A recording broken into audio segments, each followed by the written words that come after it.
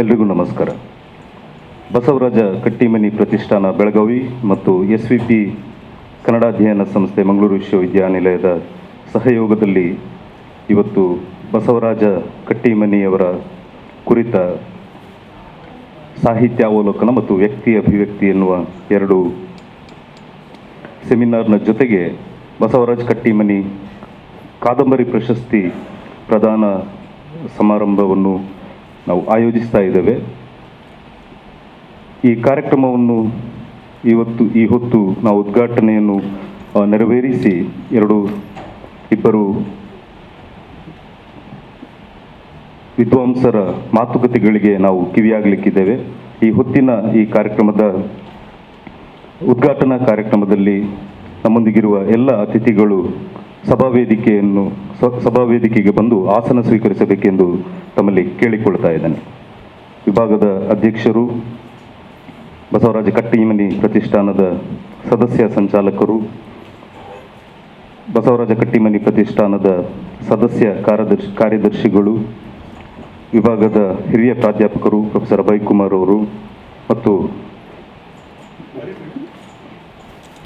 Doctor ಜ್ಯೋತಿ ಚೇಳಿಯಾರ್ madam ಮತ್ತು doctor Poovappa Kaniyur sir ಅವರು ವೇದಿಕೆಗೆ ಬಂದು ಆಸನ ಸ್ವೀಕರಿಸಬೇಕೆಂದು ಕೇಳಿಕೊಳ್ತಾ ಇದ್ದೇನೆ. SVP ಕನ್ನಡಾಧ್ಯಯನ ಸಂಸ್ಥೆಯ ಮೊದಲ ಪ್ರಾಧ್ಯಾಪಕರಾಗಿದ್ದ ಡಾಕ್ಟರ್ SV ಪರಮೇಶ್ವರ ಭಟ್ಟರ ಆಶಯ ಗೀತೆಯೊಂದಿಗೆ ಕಾರ್ಯಕ್ರಮವನ್ನು ಆರಂಭಿಸೋಣ. ಹಾಡಿಗೆ ದನಿಯಾಗಲಿದ್ದಾರೆ ವಿಭಾಗದ ವಿದ್ಯಾರ್ಥಿನಿಯರಾದ ಅನುಷಾ ಮತ್ತು ಜ್ಯೋತಿ ಪ್ರಿಯಾ ಇವರು. ಪ್ರೀತಿಯ ಕರೆ ಕೇಳಿ ಆತ್ಮನ ಮೊರೆ ಕೇಳಿ ನೀ ಬಂದು ನಿಂದಿಲ್ಲಿ ದೀಪ ಹಚ್ಚ. ಪ್ರೀತಿಯ ಕರೆ ಕೇಳಿ ಆತ್ಮನ ಮೊರೆ ಕೇಳಿ ನೀ ಬಂದು ನಿಂದಿಲ್ಲಿ ದೀಪ ಹಚ್ಚ. ನಲ್ಲ ನೀ ಬಂದಂದು ಕಣ್ಣಾರೆ ಕಂಡಂದು ಮನೆಯೆಲ್ಲ ಹೊಳೆದಂತೆ ದೀಪ ಹಚ್ಚ. ಪ್ರೀತಿಯ ಕರೆ ಕೇಳಿ ಆತ್ಮನ ಮೊರೆ ಕೇಳಿ ನೀ ಬಂದು ನಿಂದಿಲ್ಲಿ ದೀಪ ಹಚ್ಚ. ಕರಿಗೆಜ್ಜೆ ಕುಣಿಸುತ್ತ ಕಣ್ಣೀರ ಮಿಡಿಯುತ್ತ ഇരുളಾಕಿ ಬಂದಳು ದೀಪ ಹಚ್ಚ. ಕರಿಗೆಜ್ಜೆ ಕುಣಿಸುತ್ತ ಕಣ್ಣೀರ ಮಿಡಿಯುತ್ತ ഇരുಳಾಕಿ ಬಂದಳು ದೀಪ ಹಚ್ಚ. ಬಾನಿನಂಗಳದಲ್ಲಿ ಚುಕ್ಕಿ ಹೊಳೆದೆಸೆವಂತೆ, ಬಾನಿನಂಗಳದಲ್ಲಿ ಚುಕ್ಕಿ ಹೊಳೆದೆಸೆವಂತೆ ನನ್ನ ಮನದಂಗಳದಿ ದೀಪ ಹಚ್ಚ. ಪ್ರೀತಿಯ ಕರೆ ಕೇಳಿ ಆತ್ಮನ ಮೊರೆ ಕೇಳಿ ನೀ ಬಂದು ನಿಂದಿಲ್ಲಿ ದೀಪ ಹಚ್ಚ. ಹಳೆ ಬಾಳು ಸತ್ತಿತ್ತು, ಕೊಳೆ ಬಾಳು ಸುಟ್ಟಿತ್ತು, ಹೊಸ ಬಾಳು ಹುಟ್ಟಿತ್ತು ದೀಪ ಹಚ್ಚ. ಹಳೆ ಬಾಳು ಸತ್ತಿತ್ತು, ಕೊಳೆ ಬಾಳು ಸುಟ್ಟಿತ್ತು, ಹೊಸ ಬಾಳು ಹುಟ್ಟಿತ್ತು ದೀಪ ಹಚ್ಚ. ಪ್ರೀತಿಯಾರತಿಗೆ ನೀ ಬೆಳಕಿನಾರತಿ, ಪ್ರೀತಿಯಾರತಿಗೆ ನೀ ಬೆಳಕಿನಾರತಿ, ಬೆಳಗಿ ಕಲ್ಲಾರತಿ ದೀಪ ಹಚ್ಚ.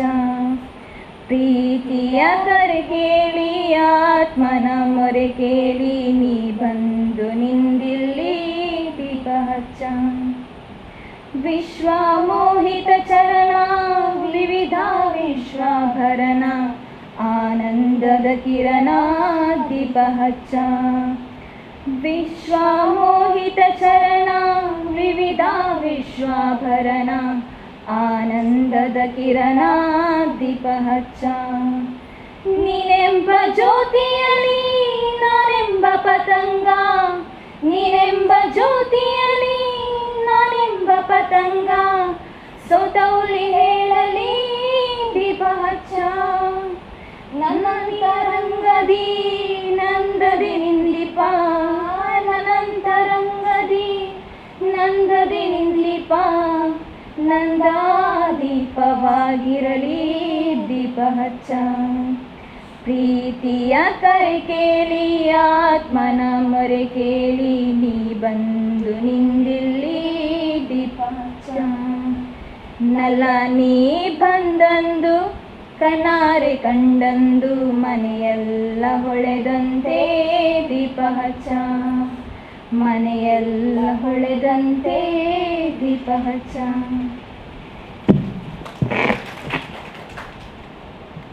ಈ ಕಾರ್ಯಕ್ರಮಕ್ಕೆ ಸೇರಿರುವ ಸರ್ವರನ್ನು ಕೂಡ ಸ್ವಾಗತಿಸಲಿದ್ದಾರೆ ಬೆಳಗಾವಿಯ ಕನ್ನಡ ಮತ್ತು ಸಂಸ್ಕೃತಿ ಇಲಾಖೆಯ ಸಹಾಯಕ ನಿರ್ದೇಶಕರು, ಬಸವರಾಜ ಕಟ್ಟಿಮನಿ ಪ್ರತಿಷ್ಠಾನದ ಸದಸ್ಯ ಕಾರ್ಯದರ್ಶಿಗಳೂ ಆಗಿರುವ ವಿದ್ಯಾವತಿ ಭಜಂತ್ರಿ ಮೇಡಮ್ ಅವರು.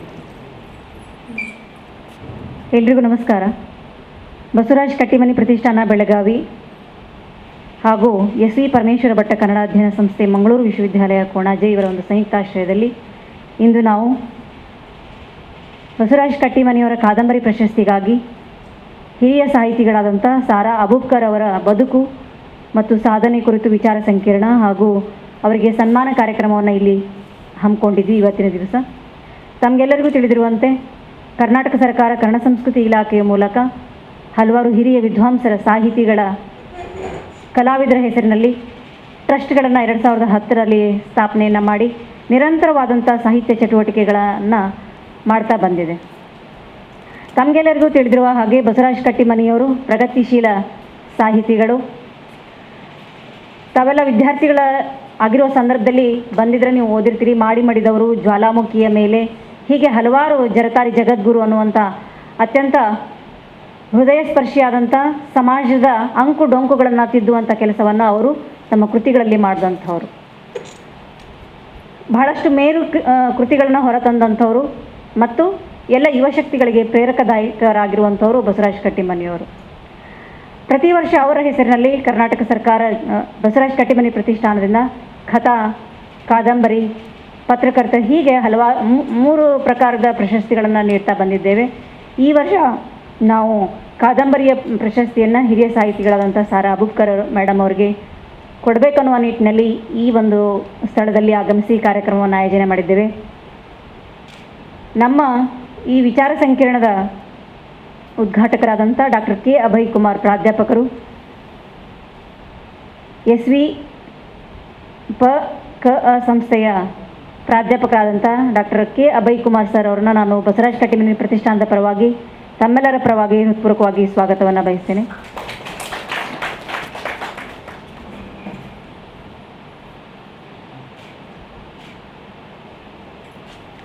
ಈ ಕಾರ್ಯಕ್ರಮದಲ್ಲಿ ಬಸವರಾಜ್ ಕಟ್ಟಿಮನಿಯವರ ಸಾಹಿತ್ಯ ಅವಲೋಕನ ಅನ್ನುವಂಥ ಮೊದಲ ಉಪನ್ಯಾಸವನ್ನು ನೀಡುವಂಥವರು ಡಾಕ್ಟರ್ ಪೂವಪ್ಪ ಕಣಿಯೂರ್, ನಿವೃತ್ತ ಕನ್ನಡ ಪ್ರಾಧ್ಯಾಪಕರು, ಸುಳ್ಯ ಅವರಿಗೆ ನಾನು ಬಸವರಾಜ್ ಕಟ್ಟಿಮನಿ ಪ್ರತಿಷ್ಠಾನದ ಪರವಾಗಿ ತಮ್ಮೆಲ್ಲರ ಪರವಾಗಿ ಹೃತ್ಪೂರ್ವಕವಾಗಿ ಸ್ವಾಗತವನ್ನು ಬಯಸ್ತೇನೆ.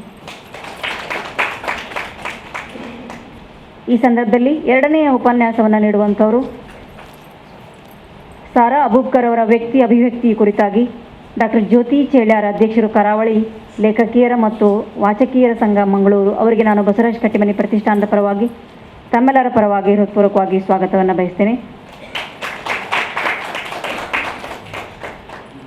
ನಮ್ಮ ಪ್ರತಿಷ್ಠಾನದ ಅಧ್ಯಕ್ಷರಾದಂಥ ಪ್ರೊಫೆಸರ್ ಮಲ್ಲಿಕಾರ್ಜುನ ಹಿರೇಮಠ, ಅಧ್ಯಕ್ಷರು ಬಸವರಾಜ್ ಕಟ್ಟಿಮನಿ ಪ್ರತಿಷ್ಠಾನ ಅವರಿಗೆ ನಾನು ವೈಯಕ್ತಿಕವಾಗಿ ತಮ್ಮೆಲ್ಲರ ಪರವಾಗಿ ಹೃತ್ಪೂರ್ವಕವಾಗಿ ಸ್ವಾಗತವನ್ನು ಬಯಸ್ತೇನೆ. ಈ ಸಂದರ್ಭದಲ್ಲಿ ಉಪಸ್ಥಿತರಿರುವಂಥ ಮುಖ್ಯಸ್ಥರು ಆದಂತಹ ಡಾಕ್ಟರ್ ಸೋಮಣ್ಣ ಹೊಂಗಳ್ಳಿ ಅವರಿಗೆ ನಾನು ಬಸವರಾಜ್ ಕಟ್ಟಿಮನಿ ಪ್ರತಿಷ್ಠಾನದ ಪರವಾಗಿ ತಮ್ಮೆಲ್ಲರ ಪರವಾಗಿ ಹೃತ್ಪೂರ್ವಕವಾಗಿ ಸ್ವಾಗತವನ್ನು ಬಯಸ್ತೇನೆ. ಈ ಸಂದರ್ಭದಲ್ಲಿ ನಮ್ಮೊಂದಿಗೆ ಉಪಸ್ಥಿತರಿರುವಂಥ ನಮ್ಮ ಪ್ರತಿಷ್ಠಾನದ ಸದಸ್ಯರುಗಳಾದಂಥ ಡಾಕ್ಟರ್ KR ದುರ್ಗಾದಾಸ್ ಸರ್ ಅವರಿಗೆ ವೈಯಕ್ತಿಕವಾಗಿ ಸ್ವಾಗತವನ್ನು ಬಯಸುತ್ತೇನೆ. ಡಾಕ್ಟರ್ ಬಸವರಾಜ್ ಸಾದರ್ ಸರ್ ಅವ್ರಿಗೂ ಕೂಡ ಸ್ವಾಗತವನ್ನು ಬಯಸ್ತೇನೆ. ಅದೇ ರೀತಿಯಾಗಿ ಇನ್ನೋರ್ವ ಸದಸ್ಯರಾದಂಥ ಪ್ರೊಫೆಸರ್ ಚಂದ್ರಶೇಖರ್ ಅಕ್ಕಿ ಸರ್ ಅವ್ರಿಗೂ ಕೂಡ ನಾನು ಹೃತ್ಪೂರ್ವಕವಾಗಿ ವೈಯಕ್ತಿಕವಾಗಿ ಸ್ವಾಗತವನ್ನು ಬಯಸ್ತೇನೆ. ಅದೇ ರೀತಿಯಾಗಿ ಹಿರಿಯರಾದಂಥ ಡಾಕ್ಟರ್ ಬಾಳಾಸಾಹೇಬ್ ಲೋಕಾಪುರ್ ಸರ್ ಅವ್ರಿಗೂ ಕೂಡ ನಾನು ವೈಯಕ್ತಿಕವಾಗಿ ತಮ್ಮೆಲ್ಲರ ಪರವಾಗಿ ಸ್ವಾಗತವನ್ನು ಬಯಸ್ತೇನೆ. ಅದೇ ರೀತಿಯಾಗಿ ಇನ್ನೋರ್ವ ಹಿರಿಯರಾದಂಥ ಡಾಕ್ಟರ್ ರಾಮಕೃಷ್ಣ ಮರಾಠೆ ಹಿರಿಯರಿಗೂ ಕೂಡ ನಾನು ವೈಯಕ್ತಿಕವಾಗಿ ತಮ್ಮೆಲ್ಲರ ಪರವಾಗಿ ಸ್ವಾಗತವನ್ನು ಬಯಸ್ತೇನೆ. ಅದೇ ರೀತಿಯಾಗಿ ಶ್ರೀ ಶಿವಕುಮಾರ್ ಕಟ್ಟಿಮನಿ ಅವ್ರಿಗೂ ಸ್ವಾಗತವನ್ನು ಬಯಸ್ತೇನೆ. ವಿಶೇಷವಾಗಿ ಈ ಕಾರ್ಯಕ್ರಮ ನಮಗೆ ಇಲ್ಲಿ ಮಾಡಲಿಕ್ಕೆ ಅವಕಾಶ ಮಾಡಿಕೊಟ್ಟಂಥ SV ಪರಮೇಶ್ವರ ಭಟ್ಟ ಕನ್ನಡ ಅಧ್ಯಯನ ಸಂಸ್ಥೆ ಮಂಗಳೂರು ವಿಶ್ವವಿದ್ಯಾಲಯದವರಿಗೆ ವಿಶೇಷವಾಗಿ ಧನ್ಯವಾದಗಳನ್ನು ತಿಳಿಸ್ತಾ, ಈ ಕಾರ್ಯಕ್ರಮದ ಕೇಂದ್ರ ಬಿಂದುಗಳು ವಿದ್ಯಾರ್ಥಿಗಳು. ನಾವೇನೇ ಕಾರ್ಯಕ್ರಮಗಳನ್ನು ಮಾಡಬೇಕಾದ್ರೂ ಈ ಸಮಾಜವನ್ನು ಪರಿವರ್ತನೆ ಮಾಡುವಂಥವ್ರು ವಿದ್ಯಾರ್ಥಿಗಳಿಗೆ ಇಲ್ಲಿ ಮಾಡುವಂಥ ವಿಚಾರ ಸಂಕಿರಣ ತಲುಪ್ತು ಅಂತಂದರೆ ನಮ್ಮದು ಸ್ವಾಸ್ಥ್ಯ ಸಮಾಜ ನಿರ್ಮಾಣ ಆಗಲಿಕ್ಕೆ ಯಾವುದೇ ರೀತಿಯಾದಂಥ ಸಂಶಯ ಇಲ್ಲ. ಹೀಗಾಗಿ ಎಲ್ಲ ವಿದ್ಯಾರ್ಥಿಗಳನ್ನು ಪ್ರೀತಿಪೂರ್ವಕವಾಗಿ ಈ ಕಾರ್ಯಕ್ರಮಕ್ಕೆ ಸ್ವಾಗತವನ್ನು ಬಯಸ್ತಾ, ಕಾರ್ಯಕ್ರಮದ ಲಾಭವನ್ನು ಪಡ್ಕೊಳ್ಬೇಕಂತ ಕೇಳ್ಕೊಳ್ತಾ ವಂದನೆಗಳನ್ನು ಸಲ್ಲಿಸಿ ನಮಸ್ಕಾರ.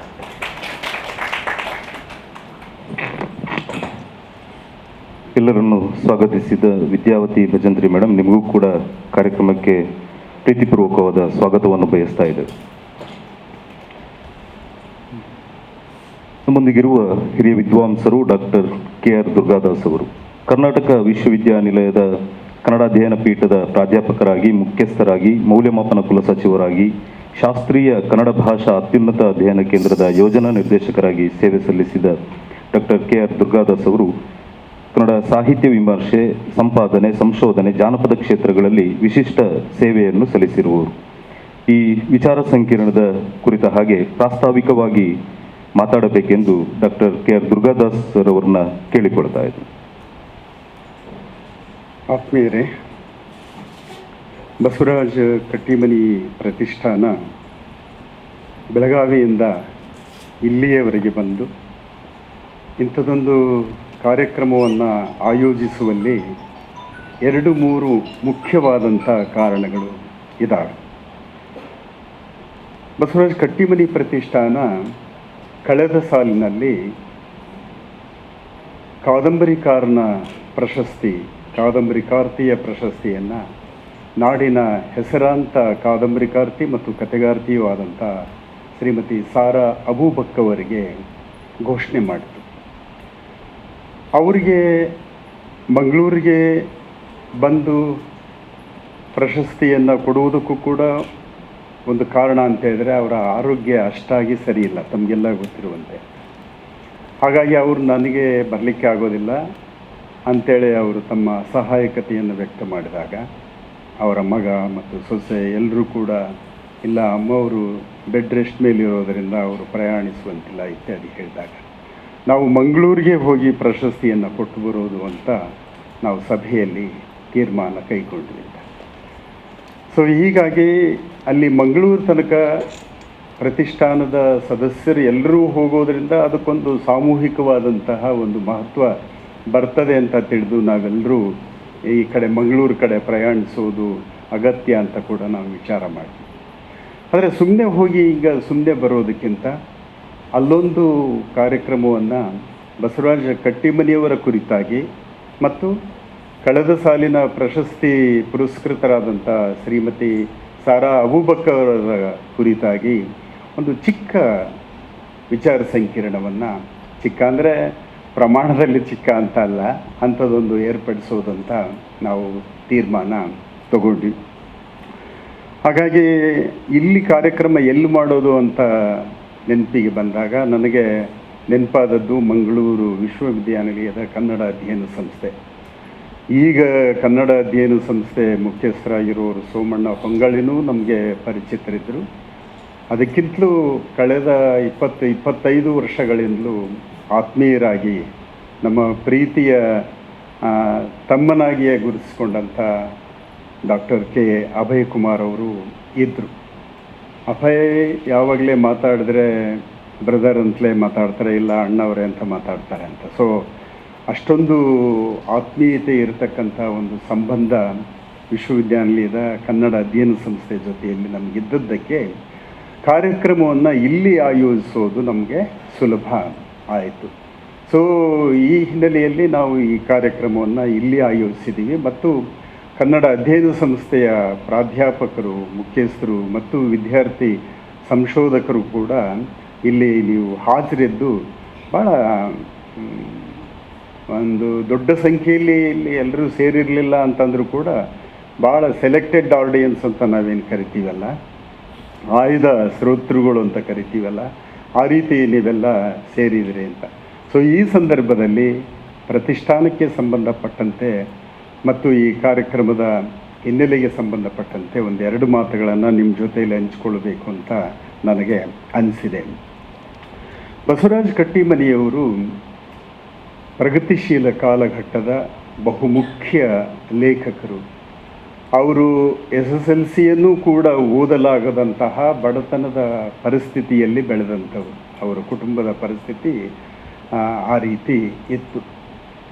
ದುಡಿದೇ ಬದುಕಬೇಕು, ಏನಾದರೂ ಮಾಡೇ ಬದುಕಬೇಕು ಎನ್ನುವಂತಹ ಒಂದು ಒತ್ತಡದಲ್ಲಿ ಕಟ್ಟಿಮನಿಯವರು ಮೊದಲಿಗೆ ಅವರು ಕೆಲಸಕ್ಕೆ ಸೇರಿಕೊಂಡದ್ದು ಪತ್ರಿಕಾ ಕ್ಷೇತ್ರದಲ್ಲಿ, ಪತ್ರಿಕಾ ರಂಗದಲ್ಲಿ. ಪತ್ರಿಕೆಗೆ ವರದಿಗಾರರಾಗಿ ಸೇರಿಕೊಂಡಂಥ ಕಟ್ಟಿಮನಿಯವರು ಕೆಲವು ಪತ್ರಿಕೆಗಳಲ್ಲಿ ಪತ್ರಕರ್ತರಾಗಿಯೇ ಅವರು ಕೆಲಸ ಮಾಡ್ತಾರೆ. ಆನಂತರ ದೊಡ್ಡ ದೊಡ್ಡ ಪತ್ರಿಕೆಗಳಲ್ಲೂ ಕೂಡ ಅವರು ಕೆಲಸ ಮಾಡ್ತಾರೆ. ಪತ್ರಿಕಾ ಮಾಧ್ಯಮ ಅವರಿಗೆ ಆರಂಭದಲ್ಲಿ ಬೇಕಾದಂತಹ ಒಂದು ವಿಚಾರವನ್ನು, ಸಂವೇದನೆಯನ್ನು ಎಲ್ಲವನ್ನೂ ಕೂಡ ಕೊಡಲಿಕ್ಕೆ ಕಾರಣ ಆಯಿತು. ಆ ನಿಟ್ಟಿನಲ್ಲೇ ಅವರು ಒಳ್ಳೆಯ ಪತ್ರಕರ್ತರಾಗಿಯೂ ಕೂಡ ಕೆಲಸ ಮಾಡಿದ್ದಾರೆ. ನಮ್ಮ ಪ್ರತಿಷ್ಠಾನದಿಂದ ಅವರ ಪತ್ರಿಕಾ ಲೇಖನಗಳ ಸಂಗ್ರಹವನ್ನು ಕೂಡ ನಾವು ಪ್ರಕಟ ಮಾಡಿದ್ದೀವಿ. ಆಸಕ್ತರು ಬೇಕಾದರೆ ಅವನ್ನು ನಮ್ಮ ಪ್ರತಿಷ್ಠಾನದ ವತಿಯಿಂದ ಖರೀದಿಸಲೂಬಹುದು. ನಿಮ್ಮ ಅಧ್ಯಯನ ಸಂಸ್ಥೆಯಲ್ಲೂ ಕೂಡ ನಾವು ಸಾಧ್ಯ ಆದರೆ ಒಂದು ಸೆಟ್ಟನ್ನು ಕೊಟ್ಟು ಹೋಗಬೇಕು ಅಂತ ಕೂಡ ವಿಚಾರದಲ್ಲಿ ಇದ್ದೀವಿ. ಕಟ್ಟಿಮನಿಯವರ ಸಾಹಿತ್ಯವನ್ನು ನೀವು ತಗೊಂಡ್ರೆ ಅವ್ರದ್ದು ಸಾಹಿತ್ಯ ಅಂತನ್ನುವಂಥದ್ದು ಕೇವಲ ಮನೋರಂಜನೆಗಾಗಿ, ಕೇವಲ ಆ ಕ್ಷಣದ ಸುಖಕ್ಕಾಗಿ ಬರೆದಂಥ ಸಾಹಿತ್ಯ ಅಲ್ಲ. ಕನ್ನಡ ಸಾಹಿತ್ಯದ ಅಭ್ಯಾಸಿಗಳಾದಂಥ ತಮಗೆ ನಾನು ಬಿಡಿಸಿ ಹೇಳಬೇಕಾಗಿಲ್ಲ. 1500 ವರ್ಷಗಳ ಇತಿಹಾಸ ಇರತಕ್ಕಂಥ ಕನ್ನಡ ಸಾಹಿತ್ಯದಲ್ಲಿ ಎಲ್ಲ ಬಗೆಯ ಸಾಹಿತ್ಯ ನಮ್ಮ ಕಣ್ಣೆದುರಿಗೆ ಇದೆ. ಕಟ್ಟಿಮನಿಯವರು ಅದು ಒಂದು ಸಮರ್ಥವಾದಂಥ ಮಾಧ್ಯಮ ಅಂತಲೇ ಅವರು ತಿಳ್ಕೊಂಡ್ರು. ವಿಶೇಷವಾಗಿ ಪದ್ಯಕ್ಕಿಂತ ಗದ್ಯ ಪ್ರಕಾರಗಳನ್ನು ಅವರು ಆಯ್ಕೆ ಮಾಡಿಕೊಂಡರು. ಕಾದಂಬರಿ ಕ್ಷೇತ್ರ ಅವರಿಗೆ ಬಹಳ ಪ್ರಿಯವಾದಂತಹ ಒಂದು ಕ್ಷೇತ್ರ. 40 ಕಾದಂಬರಿಗಳನ್ನು ಅವರು ಬರೆದಿದ್ದಾರೆ. ಆಶ್ಚರ್ಯ ಹುಟ್ಟಿಸ್ಬೋದು. ಒಬ್ಬ SSLC ಪಾಸ್ ಮಾಡಲಾರದಂಥ ಒಬ್ಬ ಯುವಕ 40 ಕಾದಂಬರಿಗಳನ್ನು, 10 ಕಥಾ ಸಂಕಲನಗಳನ್ನು, ನಾಟಕ, ಪ್ರವಾಸ, ಪ್ರಬಂಧ ಇತ್ಯಾದಿ ಸಾಹಿತ್ಯದ ಬೇರೆ ಬೇರೆ ಪ್ರಕಾರಗಳಲ್ಲಿ ಕೂಡ ಅವರು ಕೆಲಸ ಮಾಡಿರುವುದನ್ನು ನಾವು ನೋಡ್ತೀವಿ ಅಂತ. ಸೊ ಕಟ್ಟಿಮನಿ ಪ್ರತಿಷ್ಠಾನ ಕಟ್ಟಿಮನಿಯವರ ಸಾಹಿತ್ಯದ ಆಶಯಗಳನ್ನು, ಧೋರಣೆಗಳನ್ನು ವಿಶೇಷವಾಗಿ ಯುವ ಸಮುದಾಯಕ್ಕೆ ಮುಟ್ಟಿಸಬೇಕು ಎಂತಕ್ಕಂಥ ನಿಟ್ಟಿನಲ್ಲಿ ಅದು ನಾಡಿನಾದ್ಯಂತ ಬೇರೆ ಬೇರೆ ಸ್ಥಳಗಳಲ್ಲಿ ಕಾರ್ಯಕ್ರಮಗಳನ್ನು ಏರ್ಪಡಿಸ್ತಾ ಇದೆ, ಕಮ್ಮಟಗಳನ್ನು ನಡೆಸ್ತಾ ಇದೆ ಮತ್ತು ವಿದ್ಯಾರ್ಥಿಗಳಿಗೆ ಪ್ರೋತ್ಸಾಹದಾಯಕವಾದಂಥ ಬಹುಮಾನಗಳನ್ನು ಕೂಡ, ಅಂದರೆ ಅವರ ಕಥೆಗಳ ಮೇಲೆ, ಕಾದಂಬರಿಗಳ ಮೇಲೆ ವಿಮರ್ಶೆ, ಪ್ರಬಂಧ ಇತ್ಯಾದಿ ಬರೆಯುವಂಥ ವಿದ್ಯಾರ್ಥಿಗಳಿಗೆ ಬಹುಮಾನವನ್ನು ಕೊಟ್ಟು ಪ್ರೋತ್ಸಾಹಿಸ್ತಕ್ಕಂಥ ಕೆಲಸವನ್ನು ಕೂಡ ನಮ್ಮ ಪ್ರತಿಷ್ಠಾನ ಮಾಡ್ತಾ ಇದೆ. ಕಟ್ಟಿಮನಿಯವರ ಧೋರಣೆ ಬಗ್ಗೆ ಒಂದೇ ಒಂದು ಮಾತು ಹೇಳೋದಾದರೆ ನಿಮಗೆ, ಅತ್ಯಂತ ನಿಷ್ಠೂರ ಒಂದು ಧೋರಣೆಯನ್ನು ಇರಿಸಿಕೊಂಡಂಥ, ಸಮಾಜಕ್ಕಾಗಿ ದುಡಿಬೇಕು ಎಂತಕ್ಕಂಥ ಒಂದು ಬದ್ಧತೆಯನ್ನು ಇರಿಸಿಕೊಂಡಂಥ ಒಬ್ಬ ಅಪರೂಪದ ಲೇಖಕರಲ್ಲಿ ಈ ಕಟ್ಟಿಮನಿ ಕೂಡ ಒಬ್ಬರು. ನಿಮಗೆ ಒಂದು ಸಣ್ಣ ಉದಾಹರಣೆ ಕೊಡಬೇಕು ಅಂತ ಹೇಳಿದ್ರೆ ನೋಡಿ, ಅವರ ಇಡೀ ಸಾಹಿತ್ಯ ಕೃತಿಗಳ ಹೆಸರು ಕೇಳಿದರೆ ಅವರ ಸಾಮಾಜಿಕ ಬದ್ಧತೆ ನಮಗೆ ಅರ್ಥ ಆಗ್ತದೆ. ಈ ಉದಾಹರಣೆಗೆ ಜನಿವಾರ ಶಿವಧಾರೆ ಅಂತಕ್ಕಂಥ ಒಂದು ಕಾದಂಬರಿ ಇದೆ. ಅದು ಲಿಂಗಾಯತ ಮತ್ತು ಬ್ರಾಹ್ಮಣ ಸಮುದಾಯಗಳಲ್ಲಿರ್ತಕ್ಕಂತಹ ಜಾತಿ ತಾರತಮ್ಯವನ್ನು, ಜಾತಿ ವ್ಯವಸ್ಥೆಯ ಒಂದು ದುರವಸ್ಥೆಯನ್ನು ಅದು ಕಣ್ಣಿಗೆ ರಾಚುವಂತೆ ಮನದಟ್ಟು ಮಾಡಿಕೊಡ್ತದೆ ಅಂತ. ಕಟ್ಟಿಮನಿಯವರಿಗೆ ಇಡೀ ಸಮಾಜಕ್ಕೆ ಘಾತಕರಾಗಿರ್ತಕ್ಕಂಥವರು ಎಂಥದ್ದೇ ಶಕ್ತಿಯುತವಾದ ಸ್ಥಾನದಲ್ಲಿದ್ದರೂ ಕೂಡ ಅವ್ರ ವಿರುದ್ಧ ಅವರು ಕಾದಂಬರಿಗಳನ್ನು ಬರೆದಿದ್ದಾರೆ, ಅವರ ವಿರುದ್ಧ ಪತ್ರಿಕೆಗಳಲ್ಲಿ ಲೇಖನಗಳನ್ನು ಬರೆದಿದ್ದಾರೆ ಅಂತ. ದಾವಣಗೆರೆಯಲ್ಲಿ ಒಮ್ಮೆ ಅವರು ಪತ್ರಿಕಾ ಕೆಲಸ ಮಾಡ್ತಾ ಇರಬೇಕಾದ್ರೆ ಅಲ್ಲಿ ಒಬ್ಬ ಎಂಥದ್ದು ಮಿಲ್ಲಿನ ಮಾಲೀಕ ಇವರನ್ನು ಪತ್ರಿಕೆಗಳಿಗೆ ಸಹಾಯ ಮಾಡ್ತೀನಿ ಬಂದಿರೋ ಅಂತ ಇರಿಸ್ಕೊಂಡಿರ್ತಾರೆ. ಇವರು ಅವರ ಸಹವರ್ತಿಯಲ್ಲಿ ಇರ್ತಾರೆ ಅಂತ. ಆದರೆ ಅಲ್ಲಿ ಪತ್ರಿಕೆ ನಡೆಸುವಂಥ ಒಂದು ಕಾರ್ಯವನ್ನು ಕೈಗೊಂಡಾಗ ಅಲ್ಲಿ ಮಿಲ್ಲಿನ ಮಾಲೀಕ ತನ್ನ ಮಿಲ್ಲಿನ ಕಾರ್ಮಿಕರನ್ನೇ ಸರಿಯಾದ ಪಗಾರ ಕೊಡಲಾರದೆ ಶೋಷಣೆ ಮಾಡ್ತಾನೆ ಅನ್ನುವಂಥ ವಿಷಯ ಗೊತ್ತಾಗುತ್ತೆ ಇವರಿಗೆ. ಮೊದಲ ಸಂಚಿಕೆಯಲ್ಲೇ ಆ ಮಿಲ್ಲಿನ ಮಾಲೀಕನ ವಿರುದ್ಧ ಅವರು ಲೇಖನಗಳನ್ನು ಬರೀತಾರೆ. ನೀವು ಆಶ್ಚರ್ಯ ಪಡ್ಬೋದು ಅಂತ. ಅವರ ಪತ್ರಿಕಾ ಲೇಖನಗಳ ಟೈಟ್ಲ್ಗಳನ್ನು ಕೇಳಿದ್ರೆ ರೋಮಾಂಚನ ಆಗ್ತದೆ ಈ ಕಾಲದಲ್ಲಿ. ಅಂಥ ಒಂದು ಪ್ರಖರ ವಿಚಾರಧಾರೆಯ ಒಬ್ಬ ಲೇಖಕ ಅಂತ. ಸಾರಾ ಅವರು ಕೂಡ ಕಟ್ಟಿಮನಿಯವರ ಒಂದು ಧೋರಣೆ ಆಶಯಗಳೇನಿದ್ವಲ್ಲ ಅಂಥದೇ ಧೋರಣೆ ಆಶಯಗಳನ್ನು ಇರಿಸಿಕೊಂಡೇ ಸಾರಾ ಅವರು ಕೂಡ ಅವರು ಕಾದಂಬರಿಗಳನ್ನು ಬರೆದಿದ್ದಾರೆ, ಕಥಾ ಸಂಕಲನಗಳನ್ನು ಬರೆದಿದ್ದಾರೆ ಅಂತ. ನೋಡಿ, ಅವ್ರದ್ದು ಒಂದು ಚಪ್ಪಲಿಗಳು ಅಂತಕ್ಕಂಥ ಕಥಾ ಸಂಕಲನ ಇದೆ. ನಿಮಗೆ ನೆನೆಸ್ಕೊಂಡ್ರೆ ಈಗ ಕುವೆಂಪು ಅವ್ರದ್ದು ಗೊಬ್ಬರ ಅಂತ ಒಂದು ಕವಿತೆ ಇದೆ. ಅಂದರೆ ಸಮಾಜದಲ್ಲಿ ಯಾವುದು ಅಲಕ್ಷ್ಯಕ್ಕೆ ಗುರಿಯಾಗಿದೆಯಲ್ಲ ಅದರ ಮಹತ್ವವನ್ನು ತಿಳಿಸಿ ಹೇಳ್ತಕ್ಕಂಥ ನಿಟ್ಟಿನಲ್ಲಿ ಸಾಹಿತ್ಯ ಕೃತಿಗಳನ್ನು ರಚನೆ ಮಾಡ್ತಕ್ಕಂಥ ಒಂದು ಉದ್ದೇಶ ಸಾರಾ ಅವರಲ್ಲೂ ಕೂಡ ಇತ್ತು ಅಂತ. ಕರಾವಳಿ ಭಾಗದ ವಿಶೇಷವಾಗಿ ಮುಸ್ಲಿಂ ಹೆಣ್ಣು ಮಕ್ಕಳು ಎದುರಿಸ್ತಕ್ಕಂಥ ಸಮಸ್ಯೆಗಳ ಕುರಿತು ಕೂಡ ಸಾರಾ ಅವರು ಕಥೆಗಳಲ್ಲಿ, ಕಾದಂಬರಿಗಳಲ್ಲಿ ಅವರು ವಸ್ತುವನ್ನು ಚಿತ್ರಣ ಮಾಡಿದ್ದಾರೆ ಅಂತ. ಸೊ ಈ ನಿಟ್ಟಿನಲ್ಲಿ ನಮ್ಮ ಪ್ರತಿಷ್ಠಾನದ ಎಲ್ಲ ಸದಸ್ಯರು ಎಲ್ಲರೂ ಒಮ್ಮತದಿಂದ ಒಂದು ನಿರ್ಧಾರ ತಗೊಂಡಿದ್ದು ಅಂತ ಹೇಳಿದ್ರೆ ಈ ವರ್ಷದ ಪ್ರಶಸ್ತಿಯನ್ನು ಸಾರಾ ಅವರಿಗೆ ಕೊಡಬೇಕಂತ ಒಮ್ಮತದ ನಿರ್ಣಯ ಆಗಿ ಅದು ಅಂಗೀಕೃತ ಆಯಿತು ಅಂತ. ಸೊ ಆ ನಿಟ್ಟಿನಲ್ಲಿ ನಾವೆಲ್ಲ ಇಲ್ಲಿ ಬಂದು ಈ ಕಾರ್ಯಕ್ರಮವನ್ನು ನಾವು ಏರ್ಪಾಟು ಮಾಡಿದ್ದೀವಿ ಅಂತ. ಇನ್ನೊಂದು ಅಂಶವನ್ನು ನಿಮ್ಮ ಜೊತೆಯಲ್ಲಿ ನಾನು ಹಂಚ್ಕೊಳ್ಳೇಬೇಕು. ಅದೇನು ಅಂತ ಹೇಳಿದ್ರೆ, ಸಾರಾ ಅವರಿಗೆ ನಾವು ಪ್ರಶಸ್ತಿ ಕೊಡೋ ಕಾರ್ಯಕ್ರಮ ಮಧ್ಯಾಹ್ನದ ಮೇಲೆ ಇತ್ತು ಅದು. ಆದರೆ ನಿನ್ನೆ ನಮಗೆ ಬಂದ ಮಾಹಿತಿ ಪ್ರಕಾರ ಅವರು ಹಾಸ್ಪಿಟ್ಲಿಗೆ ಅಡ್ಮಿಟ್ ಆಗಿದ್ದಾರೆ. ನಾಳೆ ಬೆಳಗ್ಗೆ 9 ಗಂಟೆಗೆ ಆಪರೇಷನ್ ಇದೆ ಅಂತ ಹೇಳಿದರು. ನಮ್ಮ ಸದಸ್ಯರಿಗೆ ಮಾಹಿತಿ ಎಲ್ಲ ಬಂತು. ದಾರಿಯಲ್ಲಿ ಬರುತ್ತಿದ್ದಂಗೆ ನಮ್ಗೆ ಅದು ಗೊತ್ತಾಗಿ ಇನ್ನು ಆಪ್ರೇಷನ್ಗೆ ಅವರು ಒಳಗಾದರು ಅಂತೇಳಿದ್ರೆ ಅದು ಸಂಜೆಯವರೆಗೂ ಅವರಿಗೆ ಮತ್ತೆ ಮೆಮೊರಿ ಇತ್ಯಾದಿ ಎಲ್ಲ ಬರ್ತದೆಲ್ಲ, ಯಾಕಂದರೆ ಅನೆಸ್ಥೀಸಿಯಾ ಇತ್ಯಾದಿ ಎಲ್ಲ ಕೊಟ್ಬಿಟ್ಟಿರ್ತಾರಲ್ಲ. ಸೊ ಹಾಗಾಗಿ ನಾವು ನಿನ್ನೆ ಸಂಜೆನೇ ಹಾಸ್ಪಿಟ್ಲಿಗೆ ಹೋಗಿ ಮೇಡಮ್ ಅವ್ರನ್ನ ಮಾತಾಡಿಸಿ ನಮ್ಮ ಪ್ರಶಸ್ತಿಯ ಒಂದು ಸನ್ಮಾನ ಗೌರವವನ್ನು ಅವರಿಗೆ ಮಾಡಿ ನಾವು ಸದಸ್ಯರೆಲ್ಲ ಬಂದ್ವಿ. ಮೇಡಮ್ ಅವರು ಎಷ್ಟು ಖುಷಿಯಾದರು ಅಂತೇಳಿದ್ರೆ, ದೂರದ ಬೆಳಗಾವಿಯಿಂದ ಸದಸ್ಯರೆಲ್ಲರೂ, ಅಧ್ಯಕ್ಷರೆಲ್ಲರೂ ಬಂದು ಇಲ್ಲಿ ನನಗೆ ಸನ್ಮಾನ ಮಾಡುವುದರಲ್ಲ ಎಂತಕ್ಕಂಥ ಒಂದು ಖುಷಿ, ಆನಂದ ಅವರಿಗೆ ಇತ್ತು. ಇಲ್ಲಿ ಒಂದು ಅಂಶವನ್ನು ಹೇಳಬೇಕು, ಅವರೆಲ್ಲ ಆಸ್ಪತ್ರೆಗೆ ಅಡ್ಮಿಟ್ ಆಗಿದ್ದಾರೆ ಅಂತ. ದೊಡ್ಡ ದೊಡ್ಡ ಲೇಖಕರಿಗೆ, ಹೆಸರಾಂತ ಲೇಖಕರಿಗೆ ಸರ್ಕಾರವೇ ಆಸ್ಪತ್ರೆಯ ಖರ್ಚನ್ನು ಭರಿಸ್ತಕ್ಕಂತಹ ಒಂದು ವ್ಯವಸ್ಥೆ ಇದೆ. ಆದರೆ ಸಾರಾ ಅವರ ಬಗ್ಗೆ ಅಂಥದ್ದೊಂದು ವ್ಯವಸ್ಥೆ ಆಗಿಲ್ಲದೇ ಇರುವುದು ನಮಗಂತೂ ಕಂಡು ಬಂತು.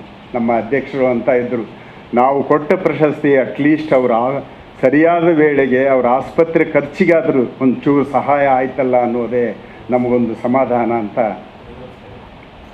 50,000 ಒಂದು ಪ್ರಶಸ್ತಿಯ ಮೊತ್ತವನ್ನು ಅವರಿಗೆ ನಾವು ಕೊಟ್ಬಿಟ್ಟು ಬಂದ್ವಿ ಅಂತ. ಸೊ ಹೀಗಾಗಿ ಇದಿಷ್ಟು ಒಂದು ಸ್ಥೂಲವಾದಂಥ ಈ ಕಾರ್ಯಕ್ರಮಕ್ಕೆ ಹಿನ್ನೆಲೆಯಾಗಿರ್ತಕ್ಕಂಥ ಕೆಲವು ಅಂಶಗಳು. ನಮ್ಮ ಪ್ರತಿಷ್ಠಾನದ ಅಧ್ಯಕ್ಷರು ಯಾವುದೇ ಕಾರ್ಯಕ್ರಮವನ್ನು ನೀವು ಸದಸ್ಯರು ಹೇಗೆ ಮಾಡಬೇಕು ಅಂತಂತೀರಿ ಹಾಗೆ ರೂಪಿಸಿ ಹಾಗೆ ಮಾಡಿ ಎನ್ನುವಂಥ ಸ್ವಾತಂತ್ರ್ಯವನ್ನು ನಮ್ಮೆಲ್ಲ ಸದಸ್ಯರಿಗೆ ಅವ್ರು ಕೊಟ್ಬಿಟ್ಟಿದ್ದಾರೆ.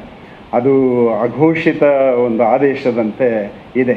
ಸೊ ಹೀಗಾಗಿ ಅಧ್ಯಕ್ಷರ ಸ್ನೇಹಪರತೆ ಮತ್ತು ಸದಸ್ಯರೆಲ್ಲರ ಒಮ್ಮತದ ಒಂದು ಮನಸ್ಸು ನಮ್ಮನ್ನೆಲ್ಲ ಇಲ್ಲಿಗೆ ಕರೆತಂದಿದೆ.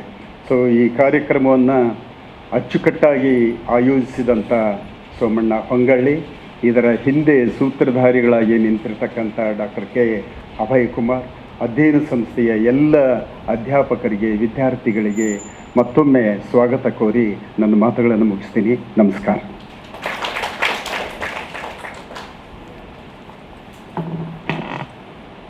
ಇವತ್ತಿನ ವಿಚಾರ ಸಂಕಿರಣದ ಬಗ್ಗೆ ಬಸವರಾಜ ಕಟ್ಟಿಮನಿ ಪ್ರತಿಷ್ಠಾನದ ಕುರಿತ ಹಾಗೆ ಪ್ರಾಸ್ತಾವಿಕವಾಗಿ ಮಾತನಾಡಿದ ಡಾಕ್ಟರ್ ದುರ್ಗಾದಾಸ್ ಸರ್ ಅವರಿಗೆ ಧನ್ಯವಾದಗಳು. ಕಾರ್ಯಕ್ರಮವನ್ನು ಉದ್ಘಾಟಿಸುವ ಹೊತ್ತು ಇದು. ವಿಭಾಗದ ಹಿರಿಯ ಪ್ರಾಧ್ಯಾಪಕರಾಗಿರುವ, ವಿಭಾಗದ ಮುಖ್ಯಸ್ಥರಾಗಿ, ಅಕಾಡೆಮಿಕ್ ಕೌನ್ಸಿಲ್ ಮೆಂಬರ್ ಆಗಿ, ಸಿಂಡಿಕೇಟ್ ಸದಸ್ಯರಾಗಿ, ಕನ್ನಡ ಭಾಷಾಭಿವೃದ್ಧಿ ಯೋಜನೆಯ ನಿರ್ದೇಶಕರಾಗಿ, ಕನ್ನಡ ಅಧ್ಯಯನ ಪೀಠಗಳ ಸಂಯೋಜಕರಾಗಿ, ವಿದ್ಯಾರ್ಥಿಗಳ ಮೆಚ್ಚಿನ ಪ್ರಾಧ್ಯಾಪಕರಾಗಿರುವ professor K Abhay Kumar sir ಅವರು ತುಳು ಜಾನಪದ ವಿದ್ವಾಂಸರು. ಇವರು ಈ ಕಾರ್ಯಕ್ರಮವನ್ನು ದೀಪ ಬೆಳಗಿಸುವ ಮೂಲಕ ಉದ್ಘಾಟಿಸಬೇಕೆಂದು ಕೇಳಿಕೊಳ್ತಾ ಇದ್ದೇನೆ. ವೇದಿಕೆಯಲ್ಲಿರುವ ಎಲ್ಲ ಅತಿಥಿ ಅಭ್ಯಾಗತರು ಉದ್ಘಾಟನೆಯ ಕಾರ್ಯಕ್ರಮವನ್ನು ನೆರವೇರಿಸಿ ಕೊಡಬೇಕೆಂದು ವಿನಂತಿಸ್ತಾ ಇದ್ದೇನೆ.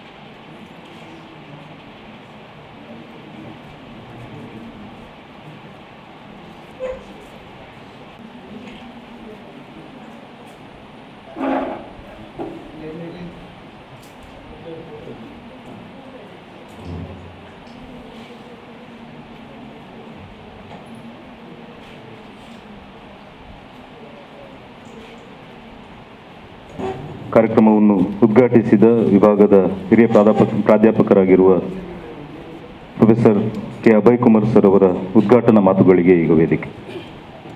ಬಸವರಾಜ ಕಟ್ಟಿಮನಿ ಪ್ರತಿಷ್ಠಾನ ಬೆಳಗಾವಿ ಮತ್ತು ಎಸ್ ವಿ ಪರಮೇಶ್ವರ ಭಟ್ಟ ಕನ್ನಡ ಅಧ್ಯಯನ ಸಂಸ್ಥೆಯ ಸಹಯೋಗದಲ್ಲಿ ನಡೆಯುವಂತಹ ಬಸವರಾಜ ಕಟ್ಟಿಮನಿ ಕಾದಂಬರಿ ಪ್ರಶಸ್ತಿ ಪ್ರದಾನ ಸಮಾರಂಭ ಮತ್ತು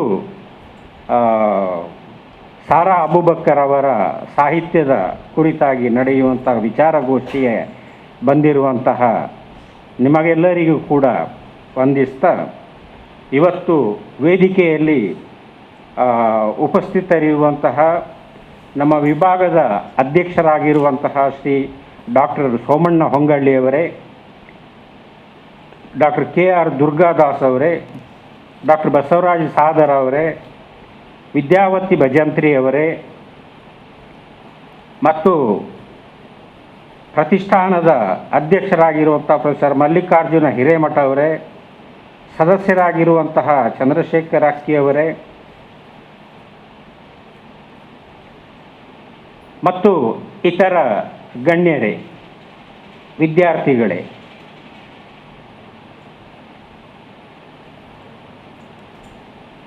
ಇದು ಬಹಳ ಮುಖ್ಯವಾದಂತಹ ಒಂದು ಕಾರ್ಯಕ್ರಮ. ಬಸವರಾಜ ಕಟ್ಟಿಮನಿಯವರ ಬಗ್ಗೆ ನಮಗೆ ಇಲ್ಲಿ ತುಳುನಾಡವರಿಗೆ ಅಷ್ಟೊಂದು ಪರಿಚಯ ಎನ್ನುವಂಥದ್ದು ಇಲ್ಲ. ಸಾಹಿತ್ಯದ ಮೂಲಕ ಸ್ವಲ್ಪ ಪರಿಚಯ ಇದೆ, ಸಾಹಿತ್ಯ ಓದಿದವರಿಗೆ ಅವರ ಪರಿಚಯ ಸ್ವಲ್ಪ ಇದೆ, ಉಳಿದವರಿಗೆ ಅವರ ಪರಿಚಯ ಎನ್ನುವಂಥದ್ದು ಇಲ್ಲ. ಹಾಗಾಗಿ ಇದು ಒಂದು ಬಹಳ ಮುಖ್ಯವಾದಂತಹ ಕಾರ್ಯಕ್ರಮ ಎಂಬುದಾಗಿ ನಾನು ಭಾವಿಸಿಕೊಂಡಿದ್ದೇನೆ. ಕನ್ನಡ ಸಾಹಿತ್ಯದ ಪಂಥಗಳಾದಂತಹ ನವೋದಯ ಸಾಹಿತ್ಯ, ನವ್ಯ ಸಾಹಿತ್ಯಗಳ ಮಧ್ಯೆ ಬಂದಂತಹ ಸಾಹಿತ್ಯ ಪಂಥವೇ ಪ್ರಗತಿಶೀಲ ಸಾಹಿತ್ಯ ಪಂಥ. 1942ರಿಂದ 47ರ ಕಾಲಘಟ್ಟದಲ್ಲಿ ಬಂದಂತಹ ಈ ಸಾಹಿತ್ಯ ಪಂಥ ಬಹಳ ವಿಶಿಷ್ಟವಾಗಿ ಅದು ಕನ್ನಡದಲ್ಲಿ ಬೆಳ್ಕೊಂಡು ಬಂತು. ನವೋದಯ ಸಾಹಿತ್ಯ ಕಾವ್ಯ ಪ್ರಕಾರಕ್ಕೆ ಹೆಚ್ಚಿನ ಪ್ರಾಮುಖ್ಯತೆಯನ್ನು ಕೊಟ್ಟಿತು. ಹಾಗಂತೇಳಿ ಉಳಿದ ಪ್ರಕಾರಗಳನ್ನು ಅವರು ಕಡೆಗಣಿಸಿದರು ಎಂಬುದಾಗಿ ಅರ್ಥ ಅಲ್ಲ, ಆದರೆ ಕಾವ್ಯ ಪ್ರಕಾರವೇ ಅಲ್ಲಿ ಅವರಿಗೆ ಪ್ರಧಾನವಾಗಿತ್ತು. ಅಂತಹ ಕಾವ್ಯ ಪ್ರಕಾರಗಳು ಅವು ಕೂಡ ಪ್ರಕೃತಿ, ಪರಿಸರ, ದೇಶಪ್ರೇಮ, ಅಂದರೆ ನವೋದಯ ಕಾಲಘಟ್ಟದಲ್ಲಿ ನಡೀತಾ ಇದ್ದಂತಹ ಸ್ವಾತಂತ್ರ್ಯ ಚಳವಳಿಗೆ ಅನುಗುಣವಾಗಿ ಬಂದಂತಹ ಸಾಹಿತ್ಯ ಪ್ರಕಾರ ಅದು. ಹಾಗಾಗಿ ಆ ತತ್ವಗಳೆಲ್ಲವೂ ಕೂಡ ಆ ರೀತಿಯ ಆದರ್ಶಗಳಿಂದ ಕೂಡಿರುವಂತಹ ಪಂಥ ಅದು. ಆದರೆ ಆನಂತರ ಬಂದಂತಹ ಪ್ರಗತಿಶೀಲ ಪಂಥ ಕನ್ನಡ ಸಾಹಿತ್ಯದಲ್ಲಿ ಕಾದಂಬರಿ ಪ್ರಕಾರಕ್ಕೆ ವಿಶೇಷವಾದಂಥ ಒತ್ತನ್ನು ಕೊಟ್ಟುಬಿಟ್ಟಿತ್ತು. ವಿಶೇಷವಾದಂಥ ಒತ್ತನ್ನು ಕೊಟ್ಟಿರುವಂಥದ್ದು ಮಾತ್ರ ಅಲ್ಲ, ಕನ್ನಡದಲ್ಲಿ ಒಂದು ಓದುಗ ವರ್ಗವನ್ನೇ ಸೃಷ್ಟಿ ಬಿಟ್ಟಿದೆ ಅದು. ಕಾದಂಬರಿಗಾಗಿ ಒಂದು ಓದುಗ ವರ್ಗವನ್ನೇ ಸೃಷ್ಟಿ ಮಾಡಿಬಿಟ್ಟಿತ್ತು. ಆನಕ್ರು, ಬಸವರಾಜ ಕಟ್ಟಿಮನಿ, ತರಾಸು, ಚದುರಂಗ, ನಿರಂಜನ ಮುಂತಾದವರು ಈ ಕಾಲಘಟ್ಟದ ಪ್ರಮುಖ ಸಾಹಿತಿಗಳಾಗಿ ನಾವು ಅವರನ್ನು ಗುರುತಿಸಿಕೊಳ್ತೇವೆ. ಹೀಗೆ ಕಾವ್ಯ ಪ್ರಕಾರವನ್ನು ಬಿಟ್ಟು ಕಾದಂಬರಿ ಪ್ರಕಾರವನ್ನು ಆಯ್ಕೆ ಮಾಡಿಕೊಳ್ಳುವಾಗ ಪ್ರಗತಿಶೀಲ ಸಾಹಿತ್ಯಕ್ಕೆ ಒಂದು ನಿರ್ದಿಷ್ಟವಾದಂಥ ಸಿದ್ಧಾಂತವನ್ನು ಕೂಡ ಅವರು ಒದಗಿಸಿಕೊಟ್ಟರು. ನವೋದಯ ಕಾವ್ಯದ ಸಾಹಿತ್ಯಕ್ಕೆ ಅಂತಹ ಸಿದ್ಧಾಂತಗಳು ಇರಲಿಲ್ಲ. ಆ ರೀತಿಯ ಸಿದ್ಧಾಂತ, ಮಾರ್ಕ್ಸ್ವಾದಿ ಸಿದ್ಧಾಂತವನ್ನು ಸಾಹಿತ್ಯದ ಮೂಲಕ ತಂದವರು ಪ್ರಗತಿಶೀಲ ಸಾಹಿತಿಗಳು. ಹಾಗಾಗಿಯೇ ಬಡವರ ಬಗ್ಗೆ, ಶೋಷಿತರ ಬಗ್ಗೆ, ಕಡೆಗಣಿತರ ಬಗ್ಗೆ ಸಾಹಿತ್ಯವನ್ನು ಅವರು ರಚನೆ ಮಾಡೋದಕ್ಕೆ ಸಾಧ್ಯ ಆಯಿತು. ಇಡೀ ಸಾಹಿತ್ಯ ಪ್ರಕಾರವನ್ನು ನೀವು ಗಮನಿಸಿದರೆ ಅಲ್ಲೆಲ್ಲವೂ ಕೂಡ ಇರುವಂಥದ್ದು ಈ ರೀತಿಯ ಒಂದು ಶೋಷಿತ ವರ್ಗದ ಬದುಕಿನ ಸಾಹಿತ್ಯ ಆಗಿದೆ ಎನ್ನುವುದನ್ನು ನಾವು ಗಮನಿಸ್ತೇವೆ. ಹೀಗೆ ಕನ್ನಡ ಸಾಹಿತ್ಯಕ್ಕೆ ಮೊತ್ತ ಮೊದಲಾಗಿ ಒಂದು ತತ್ವದ ಪರಂಪರೆಯನ್ನು ನೀಡಿದಂತಹ ಸಾಹಿತ್ಯ ಪಂಥ ಅದು ಪ್ರಗತಿಶೀಲ ಪಂಥ ಎಂಬುದಾಗಿ ನಾವು ನೋಡ್ತೇವೆ. ನವ್ಯ ಸಾಹಿತ್ಯ ಬಂತು, ಆದರೆ ನವ್ಯದವರಿಗೂ ಕೂಡ ಇದು ಸಾಧ್ಯ ಆಗಿಲ್ಲ. ಆನಂತರ ಬಂದಂತಹ ದಲಿತ, ಬಂಡಾಯ, ಮಹಿಳಾವಾದಿ ಸಾಹಿತ್ಯ ಮುಂತಾದವುಗಳು ನಿರ್ದಿಷ್ಟ ತತ್ವದ ಮೂಲಕ ಬೆಳ್ಕೊಂಡು ಬಂದವು. ಅದಕ್ಕೆ ಪ್ರೇರಣೆ ಇರುವಂಥದ್ದು ಪ್ರಗತಿ ಪಂಥ ಆಗ ಒಂದು ರಾಜಕೀಯ ಚಳವಳಿಯಾಗಿ, ಸಾಮಾಜಿಕ ಚಳವಳಿಯಾಗಿ ರೂಪುಗೊಂಡು ಅದನ್ನು ಸಾಹಿತ್ಯ ರೂಪದಲ್ಲಿ ತಂದಿರುವುದನ್ನು ನಾವು ಗಮನಿಸ್ತೇವೆ. ಹೀಗೆ ಕನ್ನಡ ಸಾಹಿತ್ಯ ಪ್ರಕಾರದಲ್ಲಿ ಒಂದು ಹೊಸ ಪರಂಪರೆಯನ್ನು ಆರಂಭಿಸಿದವರು ಪ್ರಗತಿಶೀಲ ಸಾಹಿತಿಗಳು ಎಂಬುದಾಗಿ ನಾವು ಗುರುತಿಸ್ತೇವೆ. ಮತ್ತು ಕಟ್ಟಿಮನಿಯವರ ಸಾಹಿತ್ಯ, ಅದರ ಬಗ್ಗೆ ಮಾತಾಡೋಕ್ಕೆ ಇದ್ದಾರೆ, ಹಾಗಾಗಿ ನಾನು ಹೆಚ್ಚು ಮಾತಾಡೋದಿಲ್ಲ. ಕಟ್ಟಿಮನಿ ಅವರಿಗೆ ಅದೊಂದು ವೃತ್ತಿಯಾಗಿತ್ತು. ಬರವಣಿಗೆ ಎನ್ನುವಂಥದ್ದು ಒಂದು ವೃತ್ತಿ ಆಗಿತ್ತು ಅವರಿಗೆ. ಆ ವೃತ್ತಿಯ ಮೂಲಕ ಬದುಕನ್ನು ಕಟ್ಟಿಕೊಳ್ಳಬೇಕಾಗಿತ್ತು. ಹಾಗಾಗಿ ಕಾದಂಬರಿಗಳ ಒಂದು ಸರಮಾಲೆಯನ್ನೇ ಅವರು ತಂದು ಕನ್ನಡಿಗರಿಗೆ ಕೊಟ್ಟರು. ಅವರ ಕಾದಂಬರಿ ಯಾವತ್ತು ಬರ್ತದೆ ಎಂಬುದಾಗಿ ಕಾದು ಕುಳಿತ ಜನ ಇರ್ತಾ ಇದ್ದರು ಅದನ್ನು ಓದುವುದಕ್ಕಾಗಿ. ಇಂತಹ ಒಂದು ಪರಂಪರೆಯನ್ನು ಸೃಷ್ಟಿ ಮಾಡಿದವರು ಬಸವರಾಜ ಕಟ್ಟಿಮನಿಯವರು ಎಂಬುದಾಗಿ ನಾವು ನೋಡ್ತೇವೆ. ಇನ್ನು ಸಾರಾ ಅಬೂಬಕ್ಕರ್ ಅವರ ಬಗ್ಗೆ ನಾವು ಹೇಳೋದಾದರೆ ಅದರ ಬಗ್ಗೆ ಕೂಡ ಮಾತಾಡೋದಕ್ಕೆ ಇದ್ದಾರೆ. ತುಳುನಾಡಲ್ಲಿ ಬಂಡಾಯ ಸಾಹಿತ್ಯ ಚಳವಳಿಯ ಕಾಲಘಟ್ಟದಲ್ಲಿ ಮುಸ್ಲಿಂ ಸಂವೇದನೆಗಳನ್ನು ಬಹಳ ಸಮರ್ಥವಾಗಿ ಬಿಂಬಿಸಿ ಸಾಹಿತ್ಯವನ್ನು ರಚನೆ ಮಾಡಿದವರು ಸಾರಾ ಅಬೂಬಕ್ಕರ್ ಅವರು. ಅವರಿಗೆ ಎಷ್ಟೋ ಪ್ರತಿರೋಧಗಳು ಬಂದಿದ್ದು ಮುಸ್ಲಿಂ ಸಮುದಾಯದಿಂದ. ಆದರೆ ಅದು ಯಾವುದನ್ನು ಕೂಡ ಅವರು ಗಮನಿಸದೆ ಸಾಹಿತ್ಯವನ್ನು ರಚನೆ ಮಾಡಿಕೊಂಡು ಹೋದರು. ಹಾಗೆ ರಚನೆ ಮಾಡಿಕೊಂಡು ಹೋಗಿರೋದ್ರಲ್ಲಿ ಇವತ್ತು ಕನ್ನಡದ ಶ್ರೇಷ್ಠ ಬರಹಗಾರರಲ್ಲಿ ಸಾರಾ ಅಬೂಬಕ್ಕರ್ ಕೂಡ ಒಬ್ಬರಾಗಿದ್ದಾರೆ ಎನ್ನುವುದನ್ನು ನಾವು ನೋಡ್ತೇವೆ. ಹೀಗೆ ಈ ಬಸವರಾಜ ಕಟ್ಟಿಮನಿ ಪ್ರತಿಷ್ಠಾನ ಇವತ್ತು ಇಲ್ಲಿ ಈ ಕಾರ್ಯಕ್ರಮವನ್ನು ಆಯೋಜಿಸುವ ಮೂಲಕ ಕಟ್ಟಿಮನಿಯವರ ಬಗ್ಗೆ ತಿಳ್ಕೊಳ್ಳೋದಕ್ಕೆ ನಮ್ಮ ವಿದ್ಯಾರ್ಥಿಗಳಿಗೆ ಅನುಕೂಲವನ್ನು ಅವರು ಮಾಡಿಕೊಟ್ಟಿದ್ದಾರೆ. ನಮಗೂ ಕೂಡ ಅದು ಅನುಕೂಲ ಆಗಿದೆ. ಹಾಗಾಗಿ ಅವರನ್ನು ನಾನು ಅಭಿನಂದಿಸ್ತಾ ಮತ್ತು ಕಾರ್ಯಕ್ರಮವನ್ನು ಅಚ್ಚುಕಟ್ಟಾಗಿ ಆಯೋಜಿಸಿರುವಂತಹ ಡಾಕ್ಟರ್ ಸೋಮಣ್ಣ ಹೊಂಗಳ್ಳಿ ಅವರಿಗೆ ಕೃತಜ್ಞತೆಯನ್ನು ಸಲ್ಲಿಸ್ತಾ ನನ್ನ ಮಾತುಗಳನ್ನು ಮುಗಿಸ್ತೇನೆ. ಎಲ್ಲರಿಗೂ ಕೂಡ ನಮಸ್ಕಾರಗಳು.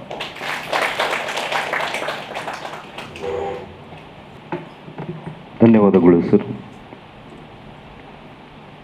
ಕಾರ್ಯಕ್ರಮವನ್ನು ಮತ್ತೆ ಮುಂದುವರಿಸ್ತಾ ಬಸವರಾಜ ಕಟ್ಟಿಮನಿ ಅವರ ಸಾಹಿತ್ಯ ಅವಲೋಕನವನ್ನು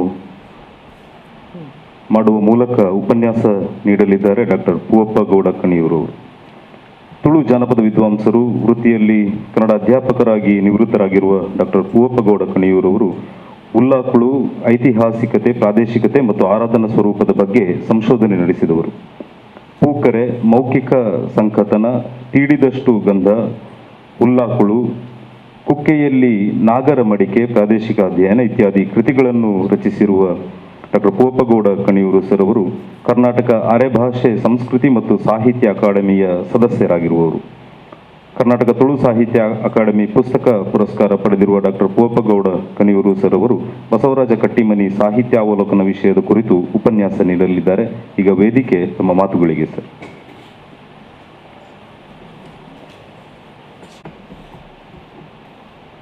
ಕಟ್ಟಿಮನಿಯವರ ಮೋಹದ ಬಲೆಯಲ್ಲಿ ಕಾದಂಬರಿ, ಒಂದು 4 ಕಾದಂಬರಿಗಳು ಬ್ಯಾಗಿನೊಳಗಿದೆ.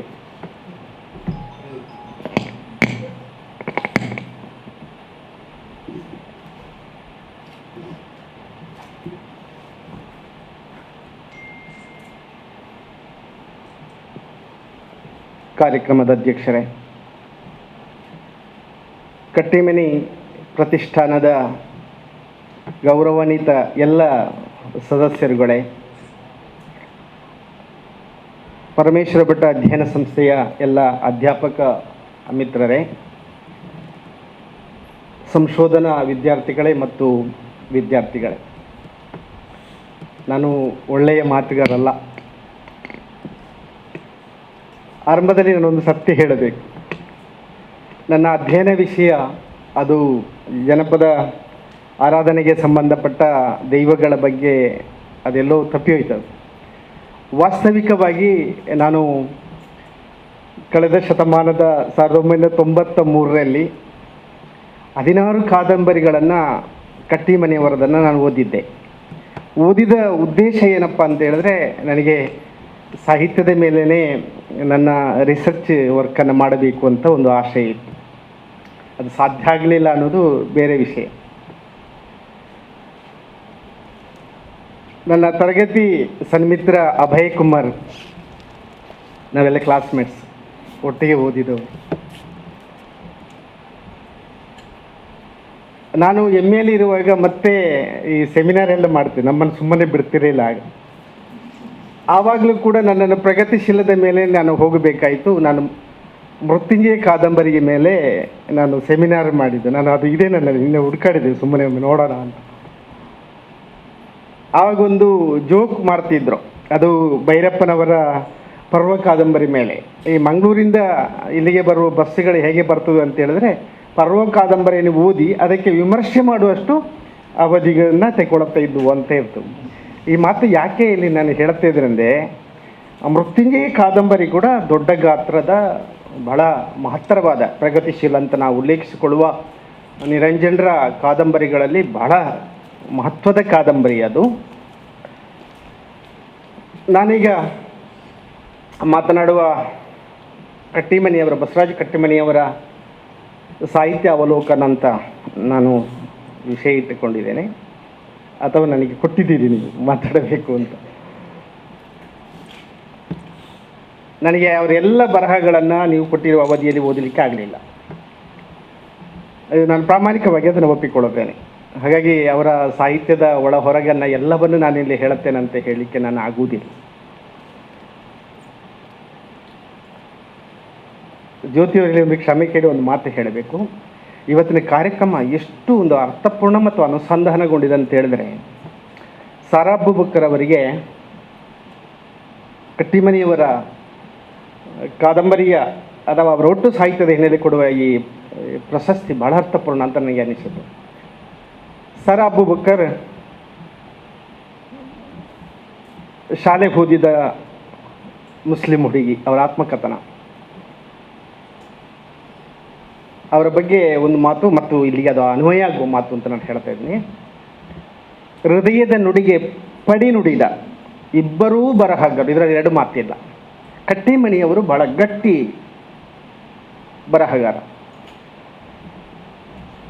ಬೆಳಗಾವಿಯ ಈ ಕಟ್ಟಿಮನಿ ಪ್ರತಿಷ್ಠಾನ ಮಾಡುತ್ತಿರುವ ಈ ಕಾರ್ಯ ಆ ದೃಷ್ಟಿಯಿಂದ ಬಹಳ ಮುಖ್ಯ ಅಂತ ನನಗೆ ಅನ್ನಿಸಿದೆ ಅಂತ. ನಾನು ಅವರೆಲ್ಲರನ್ನು ಕೂಡ ಇಲ್ಲಿ ಆರಂಭದಲ್ಲಿ ಅಭಿನಂದಿಸ್ತೇನೆ ಮತ್ತು ಈ ಕಾರ್ಯಕ್ರಮದಲ್ಲಿ ನನ್ನನ್ನು ಕಟ್ಟಿಮನಿಯವರ ಬಗ್ಗೆ ಒಂದಷ್ಟು ಮಾತಾಡಬೇಕು ಅಂತ ಕೇಳಿಕೊಂಡ ಎಲ್ಲ ಸ್ನೇಹಿತರಿಗೆ ನಾನು ಆಭಾರಿಯಾಗಿದ್ದೇನೆ. ನನ್ನ ಮಾತುಗಳು ಎರಡು ವಿಭಾಗದಲ್ಲಿ ಇರ್ತವೆ. ಕಟ್ಟಿಮನಿಯವರ ಬಗ್ಗೆ ನಾನು ಹೇಳುವಂಥ ವ್ಯತ್ಯಾಸ ಇದ್ದರೆ, ಅವರ ಸಹೋದರ ಮಗ ಇದ್ದಾರೆ, ನೀವು ಮತ್ತೆ ಅವರನ್ನು ಸಂದರ್ಶಿಸ್ಕೊಳ್ಬೋದು, ಹೆಚ್ಚಿನ ಮಾಹಿತಿ ಸಿಗ್ತದೆ. ಶಿವರಾಮ ಅವರನ್ನು ಸರ್, ಶಿವಕುಮಾರ್ ಕಟ್ಟಿಮನಿಯವರು. ನಾನು ಅವರ ಬಾಲ್ಯದ ಅಥವಾ ಒಟ್ಟು ಅವರ ವ್ಯಕ್ತಿತ್ವವನ್ನು ಮೊದಲು ನಾನು ಒಂದು ಚಿತ್ರಣ ಇಡಬೇಕು. ಅದು ಯಾಕೆ ಇಡಬೇಕಂತ ಹೇಳಿದ್ರೆ, ಕಟ್ಟಿಮನಿ ಬದುಕಿದ್ದನ್ನೇ ಬರೆದದ್ದು, ಕಟ್ಟಿಮನಿಯವರು ಬರೆದದ್ದು ಬದುಕಿದ್ದನ್ನೇ. ನಾನು ಮತ್ತೆ ಅದನ್ನು ಅವರ ಮಾತುಗಳಲ್ಲಿ ಕೆಲವು ವಿಚಾರಗಳನ್ನು ಹೇಳಲಿಕ್ಕೆ ನಾನು ಇಷ್ಟಪಡ್ತೀನಿ. ಅದನ್ನು ಕುಂದರ ನಾಡ ಕಲಿ, ಬೆಳಗಾವಿನ ಭಾರ್ಗವ, ನಿಮಗೆ ನೆನಪಾಗುತ್ತೆ, ಕಡಲಕರೆಯ ಭಾರ್ಗವ ಅಂತ ಕರೆಸಿಕೊಂಡವರು ಕಾರಂತರು. ಯಾಕೆ ಕರೀತೇವೆ ಅಂತ ಕೂಡ ನಮಗೆ ಗೊತ್ತುಂಟು. ವಾಸ್ತವವಾದಿ ಅನುಭವದ ಗಟ್ಟಿ ನೆಲೆಯಲ್ಲಿ ಬರೆದವರು ಕಾರಂತರು ಕೂಡ. ಇದನ್ನು ನಾವಲ್ಲಿಗೆ ಅನ್ವಯ ಮಾಡಿಕೊಳ್ಳೋಣ. ಕಟ್ಟಿಮನಿಯವರು ಕೂಡ ಬರೆದದ್ದು ಅದೇ ಬಗೆಯಲ್ಲಿ ಅಂತ. ಬೆಳಗಾಂ ಜಿಲ್ಲೆಯ ಗೋಕಾಕನ ಮಲಮರಡಿ ಅವರ ಹುಟ್ಟೂರು. ತಂದೆ ಪೊಲೀಸ್ ಉದ್ಯೋಗದಲ್ಲಿ ಕೆಲಸ ಮಾಡಿದವರು. ಅಪ್ಪಣ್ಣ ಬಾಳಮ್ಮ ದಂಪತಿಗಳ ಮಗ ಅವರು. ಅಕ್ಟೋಬರ್ 5, 1919ರಲ್ಲಿ ಜನ್ಮಿಸಿದವರು. ಅವಾಗ ಹೇಳಿದರು SLC ಕಂಪ್ಲೀಟ್ ಮಾಡಲಿಕ್ಕೆ ಆಗಲಿಲ್ಲ, ಮೆಟ್ರಿಕ್ಯುಲೇಷನ್ ಅಂತ. ಅಲ್ಲಲ್ಲಿ ಪಾಪ ಕಷ್ಟಪಟ್ಟು ಅಲ್ಲಿವರೆಗೆ ಓದಿದವರವರು ತುಂಬ ಓದಿಲ್ಲ ಅಂತ. ಕಾರಂತರು ಏನು ತುಂಬ ಓದಿಲ್ಲ ಅವರು. ಹೌದು, ಅವರನ್ನು ಅಷ್ಟೇ ಎಲ್ಲ ಬಿಟ್ಟು ಗಾಂಧಿಯೊಟ್ಟಿಗೆ ಚಳವಳಿಗೆ ಹೋದವರು. ಇವರು ಚಳವಳಿಗೆ ಹೋದವರೇ. 1942ರಲ್ಲಿ ಇವರು ಕೂಡ ಇದರಲ್ಲಿ ಹೋರಾಟಕ್ಕೆ ಇಳಿದವರು.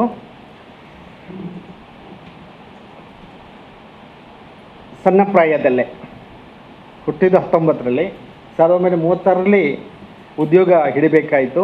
ಇವತ್ತಿಗೂ ಉತ್ತರ ಕರ್ನಾಟಕದಲ್ಲಿ ಬಹಳ ಪ್ರಬಲವಾಗಿರುವ ಅಥವಾ ಗಣನೀಯ ಅಂತ ಹೇಳಬಹುದಾದಂಥ ಪತ್ರಿಕೆ ಸಂಯುಕ್ತ ಕರ್ನಾಟಕ.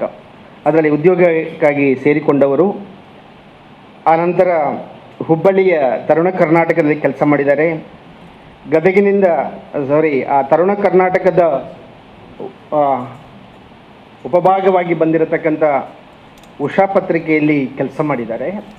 ಈ ಉಷಾ ಪತ್ರಿಕೆ ಅವರಿಗೆ ಹೇಳಿದ ಹಾಗೆಯೇ ಈ ಪ್ರಗತಿ ಪಂಥ ಅಂತ ಹೇಳುವ ಒಂದು ಮನೋಧರ್ಮದ ಚಿಂತನಾ ಕ್ರಮದಲ್ಲಿ ಬಂದಿರುವ ಆ ಒಂದು ಸಂದರ್ಭದಲ್ಲಿ ಅದರ ಮುಖವಾಣಿಯಾಗಿ ಕೆಲಸ ಮಾಡಲಿಕ್ಕೆ ಕೂಡ ಅದು ಸಾಧ್ಯ ಆಯಿತು ಕಟ್ಟಿಮನಿಯವರ ಮುಖಾಂತರ ಅನ್ನೋದನ್ನು ಇಲ್ಲಿ ಉಲ್ಲೇಖಿಸಿ ನಾನು ಇಷ್ಟಪಡ್ತೀನಿ.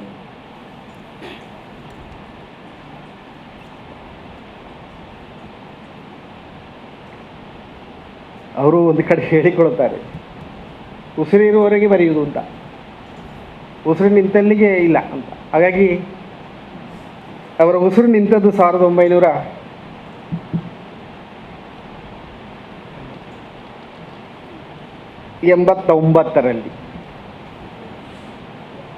ನೋಡಿ, ಒಂದು ಎಂಥ ತಾತ್ವಿಕತೆಯಿಂದ ಬರೆದಿದ್ದಾರೆ ಅಂದರೆ, ಉಸಿರಿರುವಲ್ಲಿಗೆ ಬರಿತೇನೆ ನಾನು ಅಂತ, ನಿಂತರೆ ಮತ್ತೆ ಬರೆಯಕ್ಕಿಲ್ಲ ಅಂತ. ಎಲ್ಲವನ್ನ ಬಿಟ್ಟು ಪತ್ರಿಕೆ ಯಾವುದು ಬೇಡ ಅಂತ ಹೇಳಿಬಿಟ್ಟು ಬಹುಶಃ ಬರವಣಿಗೆಯೇ ವೃತ್ತಿಯಾಗಿ ಸ್ವೀಕರಿಸೋದಷ್ಟು ಏನು ಸುಲಭದ ಕೆಲಸ ಅಲ್ಲ, ಅದರಲ್ಲಿ ಬದುಕುತ್ತೇನೆ ಅಂತ ಹೇಳುವಂಥದ್ದು. ಏನಿರಲಿ, ಕಟ್ಟಿಮನಿ ಅವರು ಭಾಳ ಗಟ್ಟಿಯಾಗಿ ಬದುಕನ್ನು ಭಾಳ ಪ್ರೀತಿಸಿದವರು ಅಂತ ನಾನು ಅದನ್ನು ಹೇಳಿಕೊಳ್ತೀನಿ, ಭಾಳ ಪ್ರೀತಿಸಿದವರು ಅದನ್ನು. ಹಾಗಾಗಿ ಅಲ್ಲಿ ಎಲ್ಲ ನಿರ್ಧಾರಗಳನ್ನು ಕೂಡ ಅದು ಎಂಥದೇ ಇರಲಿ, ನಾನು ಬದುಕಬಲ್ಲೆ ಅನ್ನೋದ, ಅಲ್ಲಿ ಏನು ಸಾಧಿಸಬಲ್ಲೆ ಅನ್ನತಕ್ಕಂಥ ಹಠ ಇದೆಯಲ್ಲ, ಅದೇ ಕಟ್ಟಿಮನಿಯವರ ಗಟ್ಟಿತನ ಅಂತ ಹೇಳಲಿಕ್ಕೆ ಸಾಧ್ಯ ಆಗ್ತದೆ ನಮಗೆ.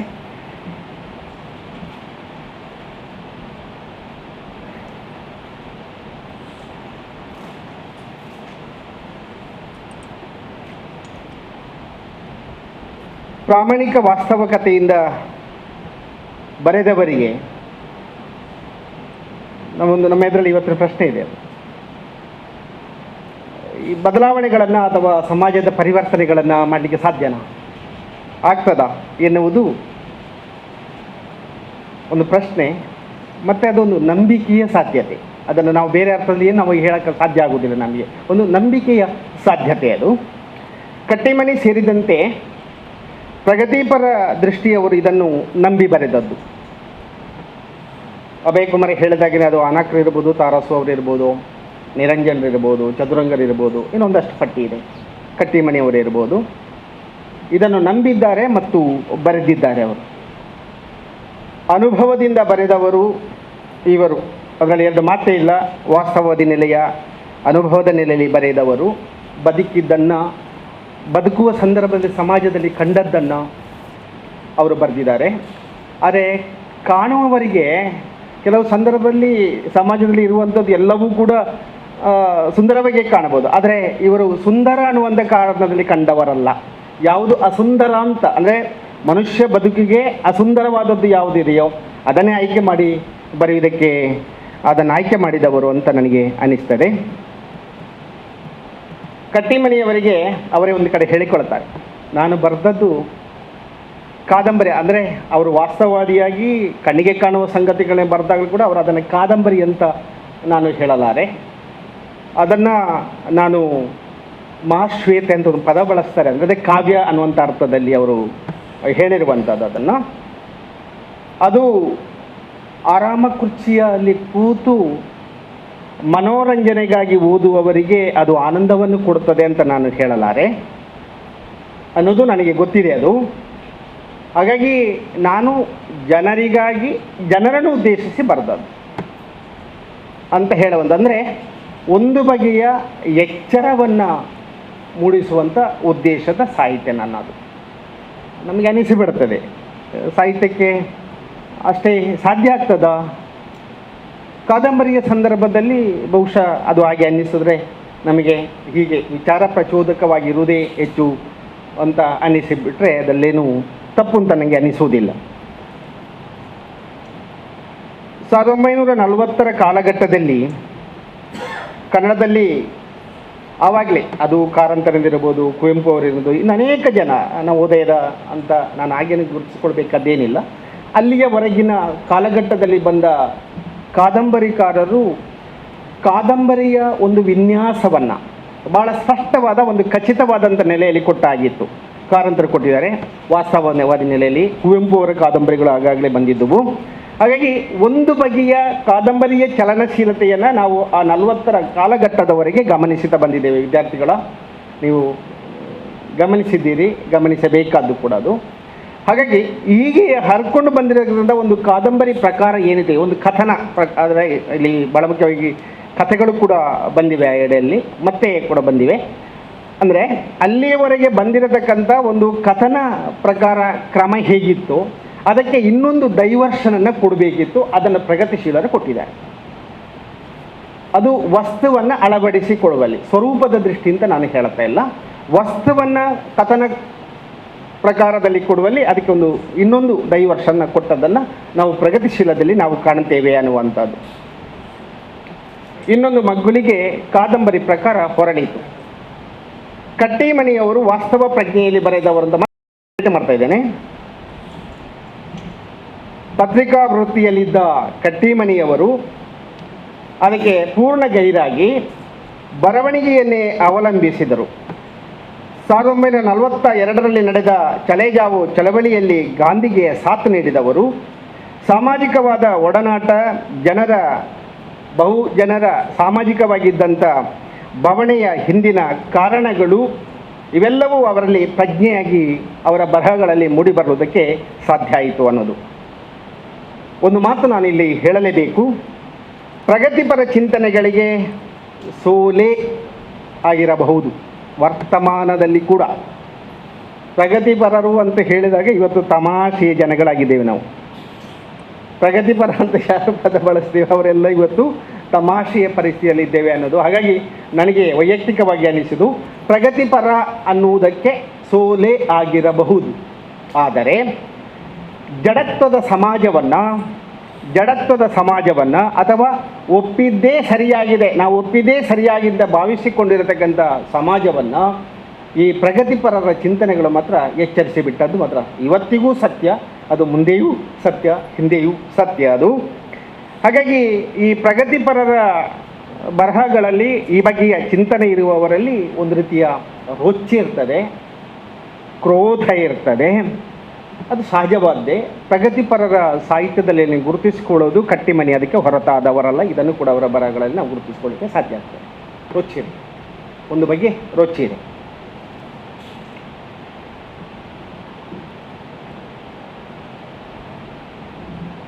ಈ ದೃಷ್ಟಿಯಿಂದ ಕುಂದನಾಡಿನ ಕಲಿ ಅನ್ನುವುದು, ಬೆಳಗಾವಿನ ಭಾರ್ಗವ ಅನ್ನುವುದು, ಕಾರಂತರಲ್ಲಿ ನಾವು ಅದನ್ನು ಕಾಣಲಿಲ್ವೇ? ಕಾರಂತರು ಅವ್ರಲ್ಲಿ ಮಾತಾಡೋದು ಒಂಥರ ಭಯ ಆಗ್ತಾ ಇದ್ದವರು. ಅಂದರೆ ವೈಚಾರಿಕವಾದಂಥ ಗಟ್ಟಿತನ, ಸಮಾಜವನ್ನು ನೋಡುವ ದೃಷ್ಟಿಕೋನ ಅವೆಲ್ಲವೂ ಕೂಡ ಅಲ್ಲಿ ಕಾರಣ ಆಗಿತ್ತು. ಹಾಗಾಗಿ ಆ ಬಗೆಯ ಒಂದು ರೊಚ್ಚು ನಾವು ಕಟ್ಟಿಮನಿಯವರಲ್ಲಿ ಕೂಡ ಕಾಣುತ್ತಾ ಇತ್ತು. ಈ ಅರ್ಥದಲ್ಲಿ ಅವರು ಅನ್ವರ್ಥವಾಗಿ ಅವರು ಗುರುತಿಸಲ್ಪಟ್ಟಿದ್ದಾರೆ ಅಂತ ನಾನು ಭಾವಿಸಿಕೊಳ್ಳುತ್ತೇನೆ. ಕಟ್ಟಿಮನಿಯವರ ಬರಹಗಳಲ್ಲಿ ಅವರ ಮೊದಲ ಕಾದಂಬರಿ ಸ್ವಾತಂತ್ರ್ಯದೆಡೆಗೆ ಅಂತ. ನಾನು ಕಾದಂಬರಿಗಳನ್ನು ಅದರ ಕಥಾವಸ್ತುಗಳನ್ನು ವಿವರಿಸೋದಾಗಲಿ, ಅಲ್ಲಿ ಪಾತ್ರಗಳ ಬಗ್ಗೆ ವಿಶ್ಲೇಷಣೆ ಮಾಡೋದ್ರಲ್ಲಿ ನಾನು ಅದನ್ನು ಮಾಡ್ತಾಯಿಲ್ಲ, ನಾನು ಮಾಡಲಿಲ್ಲ. ಜಸ್ಟ್ ಅವರ ಬರಹಗಳಲ್ಲಿ ವ್ಯಕ್ತವಾಗುವ ಒಂದು ತಾತ್ವಿಕತೆ, ಅವರು ವಸ್ತುವಿನ ಆಯ್ಕೆಯಲ್ಲಿ ಅಳವಡಿಸಿಕೊಡುವಂಥ ಚಿಂತನ ಕ್ರಮ ಯಾವುದನ್ನು ಮಾತ್ರ ನಾನು ಇಲ್ಲಿ ಟಚ್ ಮಾಡೋ ಪ್ರಯತ್ನ ಮಾಡ್ತೇನೆ. ಕುರ್ತಕೋಟಿಯವರು ಇವರ ಸಾಹಿತ್ಯದ ಮೇಲೆ ಒಂದು ಕಮೆಂಟ್ಸ್ ಮಾಡ್ತಾರೆ. ಅವರ ಯುಗಧರ್ಮ ಕೃತಿಯಲ್ಲಿ ಅದನ್ನು ಮಾಡಿದ್ದಾರೆ. ನಾನು ಇಲ್ಲಿ ಉಲ್ಲೇಖಿಸಬೇಕು. ಅದನ್ನು ಬಹಳ ಮುಖ್ಯ ಅಂತ ನನಗೆ ಅನ್ನಿಸಿದೆ. ಅದನ್ನು ಜೀವನದ ಮೇಲೆ ಸೇಡು ತೀರಿಸಿಕೊಳ್ಳಬೇಕೆಂಬ ಭಾವನೆಯು ಇಲ್ಲಿ ವ್ಯಕ್ತವಾಗಿದೆ ಅಂತ. ಆದರ್ಶಮಯತೆ ಸಾಹಿತ್ಯಾಂಶವನ್ನು ಕಡಿಮೆಗೊಳಿಸಿದೆ. ಅದು ತುಂಬ ದೀರ್ಘವಾಗಿದೆ, ನಾನು ಜಸ್ಟ್ ಅದರ ಲಿಂಕನ್ನು ಮಾತ್ರ ಇಲ್ಲಿ ಕೊಟ್ಟಿದ್ದೇನೆ ಅಷ್ಟೇ ಎಂದಿದ್ದಾರೆ. ಏನೇ ಇರಲಿ, ಸಮಾಜದ 100 ಅನ್ಯಾಯಗಳಿಗೆ ಪ್ರತಿಭಟಿಸುವ ಗುಣ ಇವರ ಕಥನ ಸಾಹಿತ್ಯದಲ್ಲಿ, ಕಥೆಗಳು ಮತ್ತೊಂದು ಕಾದಂಬರಿ ಒಟ್ಟಾಗಿ ಅದನ್ನು ಕಥನ ಸಾಹಿತ್ಯ ಅಂತ ನಾನು ಹೇಳ್ತೇನೆ. ಅಂದರೆ ಅದನ್ನು ಗುರುತಿಸ್ಕೊಳ್ಳಿಕ್ಕೆ ನಮಗೆ ಸಾಧ್ಯ ಆಗ್ತದೆ ಅಂತ.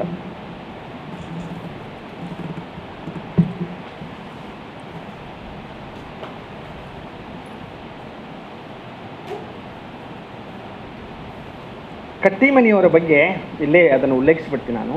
ಅಕ್ಬರ್ ಅಲಿ ಅವರ ಒಂದು ಚುಟುಕು ಅವರ ವ್ಯಕ್ತಿತ್ವವನ್ನು ತುಂಬ ಚೆನ್ನಾಗಿ ಹೇಳುವಾಗಿದೆ ಅಂತ ನನಗೆ ಅನಿಸ್ಬಿಡ್ತದೆ. ಕೆಚ್ಚು ಕಲಿತನದ ಕತ್ತಿ ಬಿಚ್ಚು ಮಗ್ಗಿ ಮಾತುಕತಿ, ಸಾಧುವಿಗೆ ಸಾಧು ಬಗೆ ಬಾದಿಪಂಗೆ ಬಿಚ್ಚು ಕತ್ತಿ. ಕಟ್ಟಿಮನಿಯವರು ಹೇಳಿಕೊಂಡಾಗೆ ಅವರ ಸಾಹಿತ್ಯದ ಹಿನ್ನೆಲೆಗೆ ಪ್ರೇರಣೆಯಾದವರು ಕುವೆಂಪು ಅಂತ ಹೇಳಿಕೊಡ್ತಾರೆ. ಕಲ್ಲದೇವರ ನೂಕಾಚೆ, ಭಾರತಾಂಬೆಯ ಪೂಜಿಸುವ ಭಾರ ಇತ್ಯಾದಿ, ಕಲ್ಕಿ ಇತ್ಯಾದಿ ಅನೇಕ, ಅದು ಅವರ ಕೊಳಲ್ನದಿರ್ಬೋದು, ಪಾಂಚಜನ್ಯದ ಕವಿತೆಗಳು ಇತ್ಯಾದಿ ಹೇಳಿಕೊಡ್ತಾರೆ. ಅದರಿಂದ ಪ್ರೇರಿತರಾಗಿದ್ದಾರೆ ಅಂತ. ಅಂದರೆ ಈ ವಿಚಾರಧಾರೆ ದತ್ತವಾದಂಥ ಬಗೆಯನ್ನು ಅಥವಾ ಕನ್ನಡ ಸಾಹಿತ್ಯದಲ್ಲಿ ವ್ಯಕ್ತವಾದಂಥ ಕನ್ನಡದ ಮನಸ್ಸಿವೆಯಲ್ಲ, ಒಂದು ಪ್ರತಿಭಟನೆಯ ಅಥವಾ ಒಂದು ವಿರೋಧದ ನೆಲೆಯನ್ನು ಅವರು ಕುವೆಂಪಿಂದ ನಾನು ಪಡ್ಕೊಂಡಿದ್ದೇನೆ ಅನ್ನೋದನ್ನು ಕೂಡ ಉಲ್ಲೇಖಿಸಿಕೊಳ್ಳೋದನ್ನು ಇಲ್ಲಿ ಗಮನಿಸಬೇಕು ಅಂತ. ಕಳೆದ ಶತಮಾನ 50ರ ದಶಕಕ್ಕೆ ಶಿವರಾಮ ಕಾರಂತ, ಕುವೆಂಪು ಅವರಿಂದ ವಾಸ್ತವಾದಿ ನೆಲೆಯ ಅತ್ಯುತ್ತಮ ಕಾದಂಬರಿಗಳು, ಸಾಮಾಜಿಕ ಕಾದಂಬರಿಗಳು ರಚನೆಯಾಗಿದ್ದವು. ಪ್ರಗತಿಶೀಲ ಕಾದಂಬರಿಗಳು ಬದುಕನ್ನು ನೋಡುವ ದೃಷ್ಟಿಯಿಂದ ಹೊಸ ಶೋಧದಲ್ಲಿ ಕಂಡುಬರುತ್ತವೆ. ತಾರಾಸು, ಆನಕ್ರಿ, ಮತ್ತು ನಾನಾಗಿ ಹೇಳಿದ್ದೇನೆ ಅದನ್ನು. ಪ್ರಗತಿಶೀಲರಲ್ಲಿ ಕಾದಂಬರಿ ಕಥೆಗಳು ಯಾಕೆ, ಕಾವ್ಯಗಳು ಯಾಕೆ ಬರಲಿಲ್ಲ? ಒಂದು ಹಂತದಲ್ಲಿ ಮುಖ್ಯವಾಗಿ ಮಧ್ಯಮ ವರ್ಗದ ಮಹಾಕಾವ್ಯ ಅಂತ ಗುರುತಿಸಿಕೊಂಡದ್ದು ಕಾದಂಬರಿ. ಆ ಕಾಲಘಟ್ಟದಲ್ಲಿ ಹೆಚ್ಚು ಆಕರ್ಷಕವಾಗಿ ಓದುಗರಿಗೆ ಕಂಡದ್ದು ಅನಾಕರ್ ಅಂತವರು ದೊಡ್ಡ ಒಂದು ಓದುಗ ವರ್ಗವನ್ನು ಸೃಷ್ಟಿ ಮಾಡಿದ್ದು ಇತ್ಯಾದಿ ನಮಗೆ ಗೊತ್ತಿದೆ. ಡಿ ಆರ್ ನಾಗರಾಜ್ ಹೇಳುವಾಗೆ ಸಮಾಜ ಮತ್ತು ವ್ಯಕ್ತಿಯ ನಡುವೆ ಬಿರುಕು ಇದ್ದಾಗ, ಈ ಮಾತು ಕಟ್ಟಿಮನಿಯವರಿಗೆ ತುಂಬ ಅನ್ವಯ ಆಗ್ತದೆ. ಅವರು ಬದುಕಿದ ಸಮಾಜದಲ್ಲಿ ಅವರಿಗೆ ಕಂಡದ್ದು ಅನೇಕ ಬಗೆ, ಈ ಸಮಾಜದ ಅಂತ ಹೇಳಿದ್ರೆ ಅಲ್ಲಿ ಜಾತಿ ಮಾತ್ರ ಅಲ್ಲ, ಅದು ಮತ್ತೆ ಇರ್ಬೋದು, ಇನ್ನು ಇತ್ಯಾದಿ ಅನೇಕ ಸಂಗತಿಗಳಲ್ಲಿ ಒಂದು ಬಿರುಕಾಗಿ ಅವರು ಕಂಡದ್ದು ಮತ್ತು ಅದನ್ನು ಕಥನ ರೀತಿಯಲ್ಲಿ ವ್ಯಕ್ತ ಮಾಡೋದಕ್ಕೆ ಅವರಿಗೆ ಸೂಕ್ತ ಮಾಧ್ಯಮ ಅಂತ ಆಯ್ಕೆ ಮಾಡಿಕೊಂಡದ್ದು ಪ್ರಗತಿ ಪಂಥದಲ್ಲಿ ನಾವು ಕಾಣಬಹುದು ಅಂತ ನನಗೆ ಅನಿಸ್ತದೆ. ಕಟ್ಟಿಮನಿ ಸೇರಿದಂತೆ ಪ್ರಗತಿಶೀಲ ಕಥನ ಸಾಹಿತ್ಯದ ಹಿನ್ನೆಲೆಯಲ್ಲಿ ಈ ಮಾತುಗಳು ಸತ್ಯದಂತೆ ಗೋಚರಿಸುತ್ತವೆ. ಪ್ರಗತಿಶೀಲರ ಅರ್ಥಾತ್ ಕಟ್ಟಿಮನಿಯವರ ಗಮನ ಯಾವ ಕಡೆಗೆ ಅಂತ ಹೇಳಿದ್ರೆ, ಮಹಾಪೂರ ಇಳಿದಾಗ ಕಂಡುಬರೋ ಜಗತ್ತು ಹೊಚ್ಚ ಹೊಸತು, ಕತ್ತಲಾದ ಮೇಲೆ ಬೆಳಕು ಹರಿಯಲೇಬೇಕು. ಇದು ನಿರಂಜನರ ಮೃತ್ಯುಂಜಯ ಕಾದಂಬರಿಯ ಕೊನೆಯ ಭಾಗದಲ್ಲಿ ಬರುವ ಮೆನಪುಟ. ಅವನ ಮರಣ ಎಲ್ಲ ಆಗಿ ರೈತ ಹೋರಾಟ ಎಲ್ಲ ಸೋತು ಹೋದ ನಂತರ ಅಲ್ಲಿ ಒಂದು ಈ ರೀತಿಯ ಒಂದು ಆದರ್ಶದ ಬಗೆಯ ಒಂದು ಮಾತನ್ನು ಹೇಳಿಬಿಡುತ್ತೆ, ಕತ್ತಲಾದ ಮೇಲೆ ಬೆಳಕು ಹರಿಯಲೇಬೇಕು. ನಾನು ಆಗೊಂದು ಮಾತು ಹೇಳಿದೆ, ಪ್ರಗತಿಶೀಲರಿಗೆ ಸಮಾಜವನ್ನು ಬದಲಿಸಲಿಕ್ಕೆ ಸಾಧ್ಯ ಆಗ್ತದೆಯೇ ಅನ್ನುವ ಒಂದು ರೀತಿಯ ಕನಸುಗಾರಿಕೆಯನ್ನು ನಾವು ಕಾಣಲಿಕ್ಕೆ ಸಾಧ್ಯ, ನಾಳೆ ಆಗ್ತದೆ ಅಂತ. ಹಾಗಾಗಿ ಇವತ್ತು ಇದ್ದದನ್ನು ಇದ್ದಾಗಿ ನಾವು ಒಪ್ಪಿಕೊಳ್ಬೇಕಾದ್ದಲ್ಲ, ಬದಲಾವಣೆ ಕಡೆಗೆ ನಾವು ತುಡಿಬೇಕದ್ದು ಬಹಳ ಮುಖ್ಯ ಅನ್ನುವಂಥ ಒಂದು ಸ್ಥಾಯಿ ನೆಲೆಯನ್ನು ಪ್ರಗತಿಶೀಲರ ಬರಹಗಳಲ್ಲಿ ಗುರುತಿಸಿಕೊಳ್ಳಿಕ್ಕೆ ಸಾಧ್ಯ ಆಗ್ತದೆ. ಇದು ನಿರಂಜನರಲ್ಲೇ ಬಂದಿರುವ ಮಾತಾದ್ದರಿಂದ ಇಲ್ಲಿ ಹೆಚ್ಚು ಅನ್ವಯ ಆಗ್ತದೆ ಅಂತ ನಾನು ಅದನ್ನು ಉಲ್ಲೇಖಿಸ್ತಾ ಇದ್ದೇನೆ ಅನ್ನುವಂಥದ್ದು. ಸುಧಾರಣೆ ಮತ್ತು ಅಮೂಲಾಗ್ರ ಬದಲಾವಣೆ ಸಾಹಿತ್ಯದಿಂದ ಆಗ್ತದೆ ಅಂತ ಇಲ್ಲ, ಒಂದು ರೀತಿಯ ಚೋದನೆಯನ್ನು ಮಾಡಬಹುದು ಅನ್ನುವಂಥದ್ದು.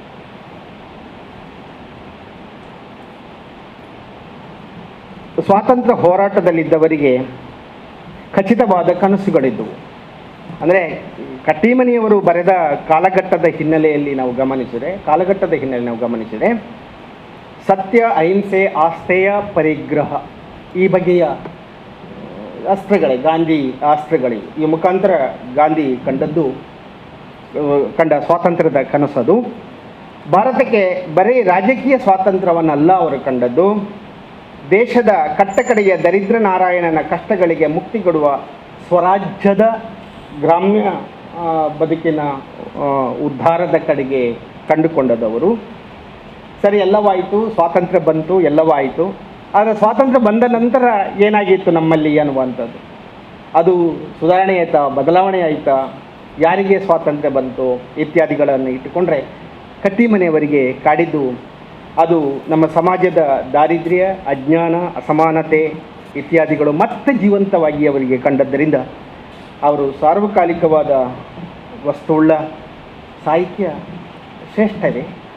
ನಾವು ಇವತ್ತು ಕಂಡರೂ ಕೂಡ ಸ್ವಾತಂತ್ರ್ಯದ ಪಡೆಯುವ ಹಿಂದೆ ಇದ್ದದ್ದು ಇವತ್ತು ಬದಲಾಗಿದೆ. ನಾವು ಇವತ್ತು ನಿಂತು ಪ್ರಶ್ನೆ ಮಾಡಿದರೂ ನಾವು ಪೂರ್ಣ ಮಟ್ಟದಲ್ಲಿ ನಾವು ಸಾಧನೆ ಮಾಡಲಿಕ್ಕೆ ನಮಗೆ ಸಾಧ್ಯ ಆಗಲಿಲ್ಲ. ಹಾಗಾಗಿ ಅವತ್ತು ಪ್ರಗತಿಶೀಲರ ಸಾಹಿತ್ಯದಲ್ಲಿ ಎತ್ತಲಾದಂಥ ಏನು ಪ್ರಶ್ನೆಗಳು, ಸಮಸ್ಯೆಗಳು ಯಾವುದು ಇವೆ ಅವು ಇವತ್ತಿಗೂ ಜೀವಂತವಾಗಿವೆ ಅನ್ನೋದರಿಂದ, ಹಾಗಾಗಿ ಇವತ್ತು ನೀವು ಕಟ್ಟಿಮನಿಯವರನ್ನು ಓದಿಕೊಂಡಾಗಲೂ ಕೂಡ ಅವರ ಸಾಹಿತ್ಯ ನಮ್ಮನ್ನು ಮತ್ತೆ ಎಚ್ಚರಿಸುವ ಕೆಲಸವನ್ನು ಮಾಡುತ್ತದೆ. ಹಾಗಾಗಿ ಆ ಕಟ್ಟಿಮನಿಯವರ ಸಾಹಿತ್ಯ, ಅದು ಕಥನ ಸಾಹಿತ್ಯ, ಅದು ಸಾರ್ವಕಾಲಿಕವಾದಂಥ ಒಂದು ಶ್ರೇಷ್ಠತೆಯ ಅಂಶವಾಗಿ ನಮ್ಮೆದುರು ತೆರೆದುಕೊಳ್ಳುತ್ತದೆ ಅಂತ ನನಗೆ ಅನಿಸಿಬಿಡ್ತದೆ. ಅವರ 40 ಕಾದಂಬರಿಗಳಿವೆ, 10 ಕಥಾ ಸಂಕಲನಗಳಿವೆ. ಪಟ್ಟಣದ ಹುಡುಗಿ ಅನ್ನುವಂಥ ನಾಟಕ ಬೇರೆ ಇದೆ. ಅವರು 1969ರಲ್ಲಿ ರಷ್ಯಕ್ಕೆ ಹೋಗಿದ್ದರು. ಅಂದರೆ ಅವರಿಗೆ ಜ್ವಾಲಾಮುಖಿಯ ಮೇಲೆ ಕಾದಂಬರಿಗೆ ನೆಹರು ಪ್ರಶಸ್ತಿ ಬಂದಿತ್ತು. ಆನಂತರ ಅವರ ಮಾಡಿ ಮಡಿದರು ಕವಿತೆ, ಈ ಮಾಡಿ ಮಡಿದರು ಅನ್ನುವ ಏನು ಕಾದಂಬರಿ ನಾನೀಗ ಎತ್ತಿದ ಈ ಸ್ವಾತಂತ್ರ್ಯೋತ್ತರ ಭಾರತದ ಸಂದರ್ಭದಲ್ಲಿ ಆಗಿರುವಂಥ ಒಂದು ಇದೇ ಇದೆಯಲ್ಲ, ಹೋರಾಟದ ಹಿನ್ನೆಲೆ 46ರಲ್ಲಿ ಬಂದಿದೆ. ಅದು ಆ ಸಂದರ್ಭದಲ್ಲಿ ಆಗಿರುವಂಥ ಒಂದು ಸನ್ನಿವೇಶ ಬಹಳ ಅದ್ಭುತವಾಗಿ ಕಟ್ಟಿಕೊಡುವಂಥ ಕಾದಂಬರಿ ಅದು. ರಾಷ್ಟ್ರೀಯ ಅವರ, ನಾನು ಇಲ್ಲಿ ಸ್ವಲ್ಪ ಸುಲಭತೆಗೆ ಇವಾಗಲೇ ಅದನ್ನು ವಿಮರ್ಶಕರು ಗುರುತಿಸಿಕೊಂಡಿದ್ದಾರೆ, ಮತ್ತೆ ನಾನು ಅದನ್ನೇ ಹೇಳ್ತಾ ಇದ್ದೇನೆ. ಅವರ ಕಾದಂಬರಿಗಳಲ್ಲಿ ವ್ಯಕ್ತವಾದಂಥ ಪ್ರಜ್ಞೆಗಳನ್ನು ವಿಭಾಗ ಕ್ರಮದಲ್ಲಿ ನಾವು ಗ್ರಹಿಸುವುದರಿಂದ ಅವರ ಕಾದಂಬರಿಗಳನ್ನು ನಾವು ಗುರುತಿಸಿಕೊಳ್ಳಿ ಬಹಳ ಸುಲಭ ಆಗ್ತದೆ ಅನ್ನುವಂಥ ದೃಷ್ಟಿಯಿಂದ ರಾಷ್ಟ್ರೀಯ ಪ್ರಜ್ಞೆಯ ಕಾದಂಬರಿಗಳು. ಕಟ್ಟಿಮನಿಯವರು ಸ್ವಾತಂತ್ರ್ಯ ಹೋರಾಟದಲ್ಲಿ ಭಾಗವಹಿಸಿದವರು. ಅದರ ಅನುಭವ, ನಾನು ಅದಕ್ಕೆ ಅವರ ವೈಯಕ್ತಿಕ ವಿವರಗಳನ್ನು ಹೇಳಿರುವಂಥದ್ದು.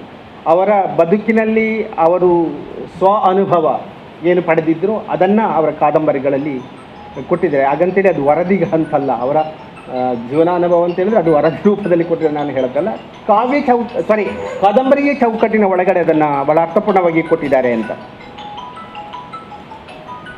ಅದರ ವಾಸ್ತವದಲ್ಲಿ ಬರೆದ ಕಾದಂಬರಿಗಳಲ್ಲಿ ಸ್ವಾತಂತ್ರ್ಯದೆಡೆಗೆ, ಮಡಿದವರು, ಇಲ್ಲಿ ಒಂದು ಕಾದಂಬರಿಯ ಕಥಾನಾಯಕಿ ಹೇಮಾ ಅಂತ ಬರ್ತಾರೆ. ಆ ಪಾತ್ರದ ಮುಖಾಂತರ ಇವರೊಂದು ಮಾತನ್ನು ಹೇಳಿಸ್ತಾರೆ. ಆ ಮಾತು ಅದು ಕಟ್ಟಿಮನಿಯವರ ಕಾದಂಬರಿಗೆಲ್ಲ ಕೂಡ ಅಪ್ಲೈ ಆಗುವ, ಅನ್ವಯವಾಗುವಂಥ ಮಾತು ಅಂತ ನನಗೆ ಅನಿಸಿಬಿಡ್ತದೆ.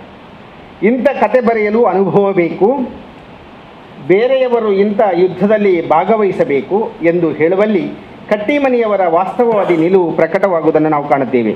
ಕಟ್ಟಿಮನಿಯವರು ಅವರ ಪ್ರತಿಕೃತಿಗೂ ಈ ಮಾತು ಅನ್ವಯವಾಗ್ತದೆ.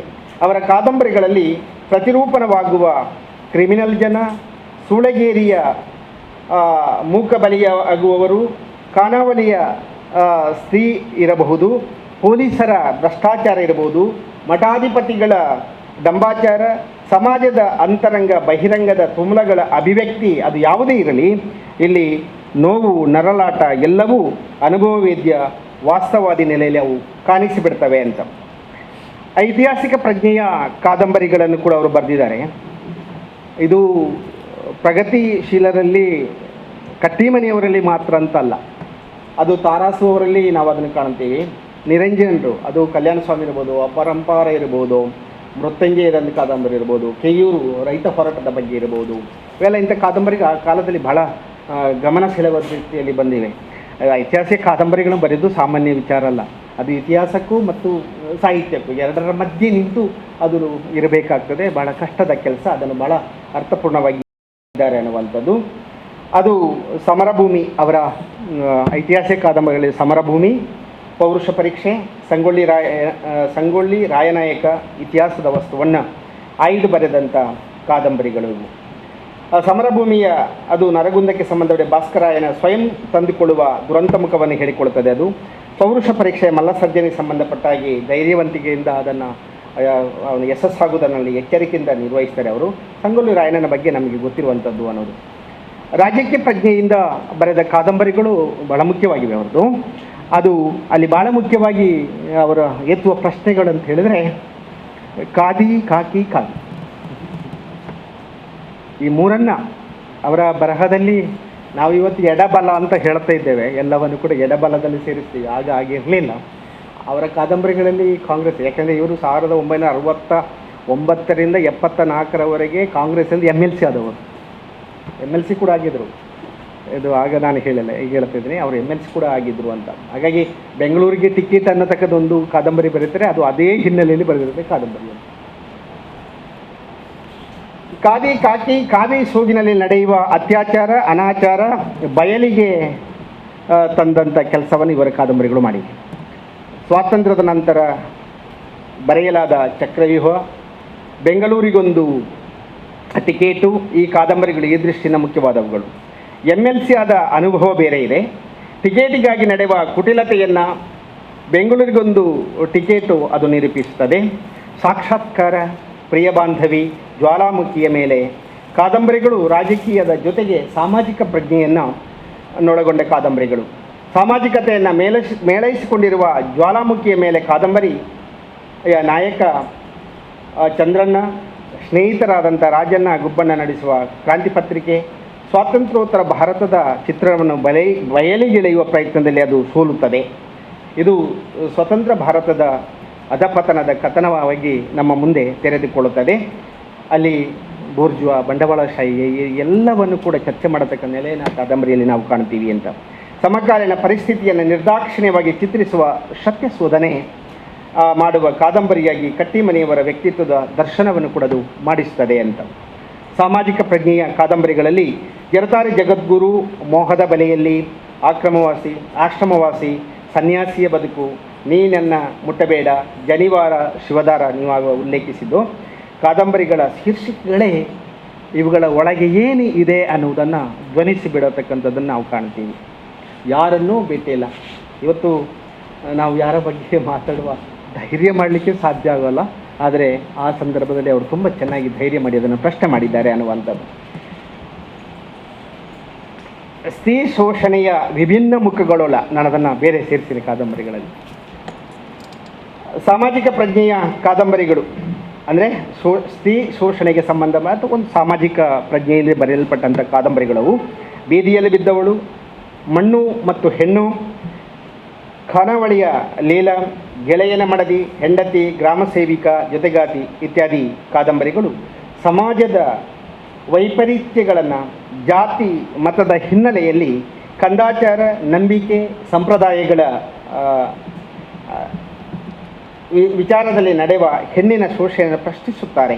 ಸಮಾಜದ ಒಳಹೊರಗಿನ ಶೋಷಣೆಯ ಕಾರಣಗಳನ್ನು ಇಲ್ಲಿ ಅನಾವರಣಗೊಳಿಸುವುದನ್ನು ನಾವು ಕಾಣುತ್ತೇವೆ ಅಂತ. ಕಟ್ಟಿಮನಿಯವರ ಕಥಾ ಸಾಹಿತ್ಯದ ಬಗ್ಗೆ ಒಂದು ಮಾತು. ಆಗಸ್ಟ್ 9 ಜೋಳದ ಬೆಳೆಯ ನಡುವೆ, ಸೆರೆಯಿಂದ ಹೊರಗೆ, ಕಾರವಾನ್ ಬಹಳ ಮುಖ್ಯ. ಅವರ ಬರಹಗಳಲ್ಲಿ ಕಾರವಾನ್ ಬಹಳ ಮುಖ್ಯವಾದಂಥ ಕಥಾ ಸಂಕಲನ. ಸುಂಟರಗಾಲಿ, ಹೀಗೆ ಒಟ್ಟಾಗಿ 10 ಕಥಾ ಸಂಕಲನಗಳನ್ನು ಅವರು ಪ್ರಕಟ ಮಾಡಿದ್ದಾರೆ.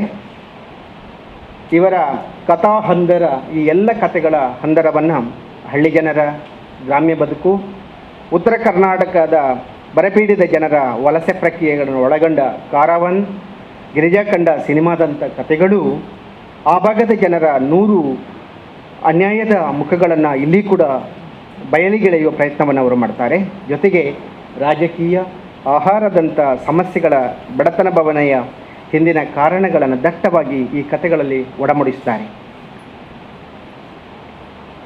ವಿದ್ಯಾರ್ಥಿಗಳಿಗೆ ಇದು ನಾನು ನನ್ನ ಮಾತುಗಳನ್ನು ಮುಗಿಸ್ತೇನೆ. ಇಷ್ಟೇ ಅವರ ಕಾದಂಬರಿಗಳ ಒಳಗಿರುವಂಥದ್ದಲ್ಲ, ಇನ್ನು ನಾವು ಮರು ಓದಿಗೆ ಒಳಪಡಿಸಬೇಕಾದಂಥ ಅಗತ್ಯ ಇದೆ ಅಂತ ನನಗೆ ಅನ್ನಿಸಿದೆ. ವಿದ್ಯಾರ್ಥಿಗಳು ಈ ಕಾದಂಬರಿಗಳನ್ನು, ಕಥೆಗಳನ್ನು ಓದುವ ಪ್ರಯತ್ನ ಮಾಡಿ.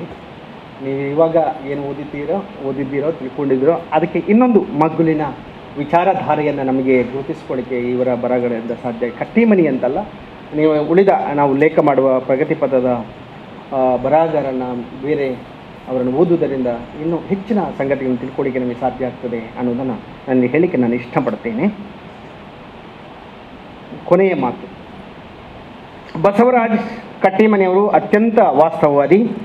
ಅವರು ರೈತ ಮನತನದಿಂದ ಬಂದವರು. ಕೊನೆಯ ಕಾಲದಲ್ಲಿ ಒಕ್ಕಲುತನವನ್ನು ಕೂಡ ಅವರು ಒಪ್ಪಿಕೊಂಡಿದ್ದವರು. ಬಡತನ ಅವರ ಬದುಕಿಗೆ ಸಾಣೆ ಹಾಕಿ ಶುಭ್ರಗೊಳಿಸಿದೆ ಅನ್ನೋದು ಭಾಳ ಸ್ಪಷ್ಟ. ಅವರ ಬದುಕಿಗೆ ನಮಗೆ ಅರ್ಥ ಆಗುತ್ತೆ. ಅದು ಈ ಹಿನ್ನೆಲೆಯಲ್ಲಿ ಸಮಾಜದ ದುರ್ವ್ಯವಹಾರಗಳು ಅವರನ್ನು ಕೆರಳಿಸಿವೆ. ಕಾಳಸಂತೆಯ ಕದೀಮರು, ಮುಸುಕಿನೊಳಗಿನ ಮಠಾಧೀಶರು, ಬಣ್ಣ ಹಚ್ಚಿಕೊಂಡ ಸಮಾಜ ಸುಧಾರಕರು ಇವರೆಲ್ಲರೂ ಕೂಡ ಕಟ್ಟಿಮನಿ ಕಾದಂಬರಿಗಳಲ್ಲಿ ಬಯಲಾಗಿದ್ದಾರೆ. ಕಟ್ಟಿಮನಿಯವರ ಕಾದಂಬರಿ ಒಟ್ಟು ಕಥನ ಸಾಹಿತ್ಯದಲ್ಲಿ ಪಕ್ಷಪಾತ ದೃಷ್ಟಿ ಇಲ್ಲ. ಎಲ್ಲರನ್ನೂ ಕೂಡ ಸಮಾನ ದೃಷ್ಟಿಯಿಂದ, ಸಮತಾವಾದದ ದೃಷ್ಟಿಯಿಂದ ಕಂಡುಕೊಳ್ಳುವ ಪ್ರಯತ್ನವನ್ನು ಅವರು ತಮ್ಮ ಬರಹಗಳಲ್ಲಿ ಮಾಡಿದ್ದಾರೆ. ಸತ್ಯ, ನ್ಯಾಯ, ದೃಷ್ಟಿ ಇವುಗಳ ಅನುಸಂಧಾನ ಇಲ್ಲಿ ಆಗಿದೆ. ಇದನ್ನು ಅವರೇ ಹೇಳಿಕೊಂಡಿದ್ದಾರೆ. ಪೂರ್ಣ ದೃಷ್ಟಿಯ ಕಡೆಯ ಚಲನಶೀಲತೆಯನ್ನು ಇವರ ಬರಹಗಳಲ್ಲಿ ಗುರುತಿಸಿಕೊಳ್ಳಿಕ್ಕೆ ನಮಗೆ ಸಾಧ್ಯ ಆಗ್ತದೆ. ಇಷ್ಟು ಮಾತುಗಳನ್ನು ಹೇಳೋದಕ್ಕೆ ಅವಕಾಶ ಮಾಡಿಕೊಟ್ಟ ಬೆಳಗಾವಿಯ ಬಸವರಾಜ ಕಟ್ಟಿಮನಿಯವರ ಪ್ರತಿಷ್ಠಾನದ ಎಲ್ಲ ಸ್ನೇಹಿತರಿಗೆ, ಕನ್ನಡ ವಿಭಾಗದ ಮುಖ್ಯಸ್ಥ ಡಾಕ್ಟರ್ ಸೋಮಣ್ಣವರಿಗೆ, ಸನ್ಮಿತ್ರ ಅಭಯ್ ಕುಮಾರ್ ಅವರಿಗೆ, ಮತ್ತು ಎಲ್ಲ ನನ್ನ ಅಧ್ಯಾಪಕ ಸ್ನೇಹಿತರಿಗೆ, ಅದು ಕುಂಬ್ಳೆಯವರು ಇರ್ಬೋದು, ನಾಗಪ್ಪ ಗೌಡ ಇರ್ಬೋದು, ಎಲ್ಲ ನನ್ನ ವಿದ್ಯಾರ್ಥಿ ಸ್ನೇಹಿತರೆ, ನಿಮಗೆಲ್ಲರಿಗೂ ಕೂಡ ನಾನು ಒಂದಿಷ್ಟು ಪ್ರಾಮಾಣಿಕವಾಗಿ ಕೆಲಸ ಮಾಡಿದ್ದೇನೆ ಅಂತ ನಾನು ಒಪ್ಪಿಕೊಂಡಿದ್ದೇನೆ. ಅದು ಹೆಚ್ಚು ಕಡಿಮೆ ಇದ್ದರೆ ನಾವು ಮತ್ತೆ ಅದನ್ನು ನಮಗೆ ಸರಿ ಮಾಡಿಕೊಡುವ, ಅದನ್ನು ಹೆಚ್ಚು ಗ್ರಹಿಸುವಂಥ ಸಾಧ್ಯತೆಗಳು ನಮ್ಮ ಮುಂದೆ ಇದ್ದೇ ಇರ್ತವೆ. ನಿಮಗೆಲ್ಲರಿಗೆ ಒಂದಿಷ್ಟು ನನ್ನ ಮಾತುಗಳನ್ನು ಮುಗಿಸ್ತೇನೆ. ನಮಸ್ಕಾರ.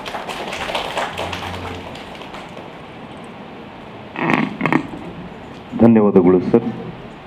ಇಷ್ಟೊತ್ತು ಬಸವರಾಜ ಕಟ್ಟಿಮನಿಯವರ ಸಾಹಿತ್ಯ ಅವಲೋಕನದ ಕುರಿತ ಮಾತುಗಳನ್ನು ಕೇಳಿದೆವು.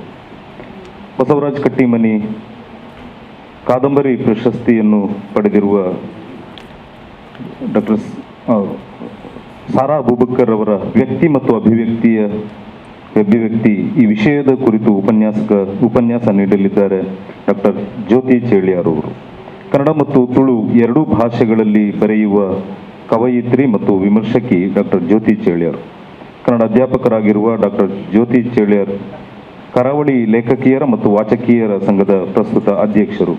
ಭಾವನಾ, ಗೆಜ್ಜೆ ಮುಂತಾದ ಕವನ ಸಂಕಲನಗಳು, ಕೃಷಿ ಸಂಸ್ಕೃತಿಯಲ್ಲಿ ಕರಾವಳಿಯ ಮಹಿಳೆ, ಪನ್ನತಿಕೆ, ಕೆಸರು ತುಳಿದು ಹಸಿರು ಬೆಳೆದ ಗುಲಾಬಿಯಕ್ಕ ಮುಂತಾದ ಕೃತಿಗಳನ್ನು ಪ್ರಕಟಿಸಿರುವ ಇವರು ಗಂಗಾರತ್ನ ಪ್ರಶಸ್ತಿ, ತುಳು ಸಾಹಿತ್ಯ ಅಕಾಡೆಮಿಯ ಸಂಶೋಧನಾ ಫೆಲೋಶಿಪ್ಗಳನ್ನು ಪಡೆದಿದ್ದಾರೆ. ಕನ್ನಡ ವಿಭಾಗದೊಂದಿಗೆ ನಿರಂತರ ಸಂಪರ್ಕವಿರಿಸಿಕೊಂಡಿರುವ ಡಾಕ್ಟರ್ ಜ್ಯೋತಿ ಚೇಳಿಯಾರ್ ಮೇಡಮ್ ಅವರು ಸಾರಾ ಅಬೂಬಕ್ಕರ್ ವ್ಯಕ್ತಿ ಅಭಿವ್ಯಕ್ತಿ ಕುರಿತ ಉಪನ್ಯಾಸವನ್ನು ನೀಡಲಿದ್ದಾರೆ.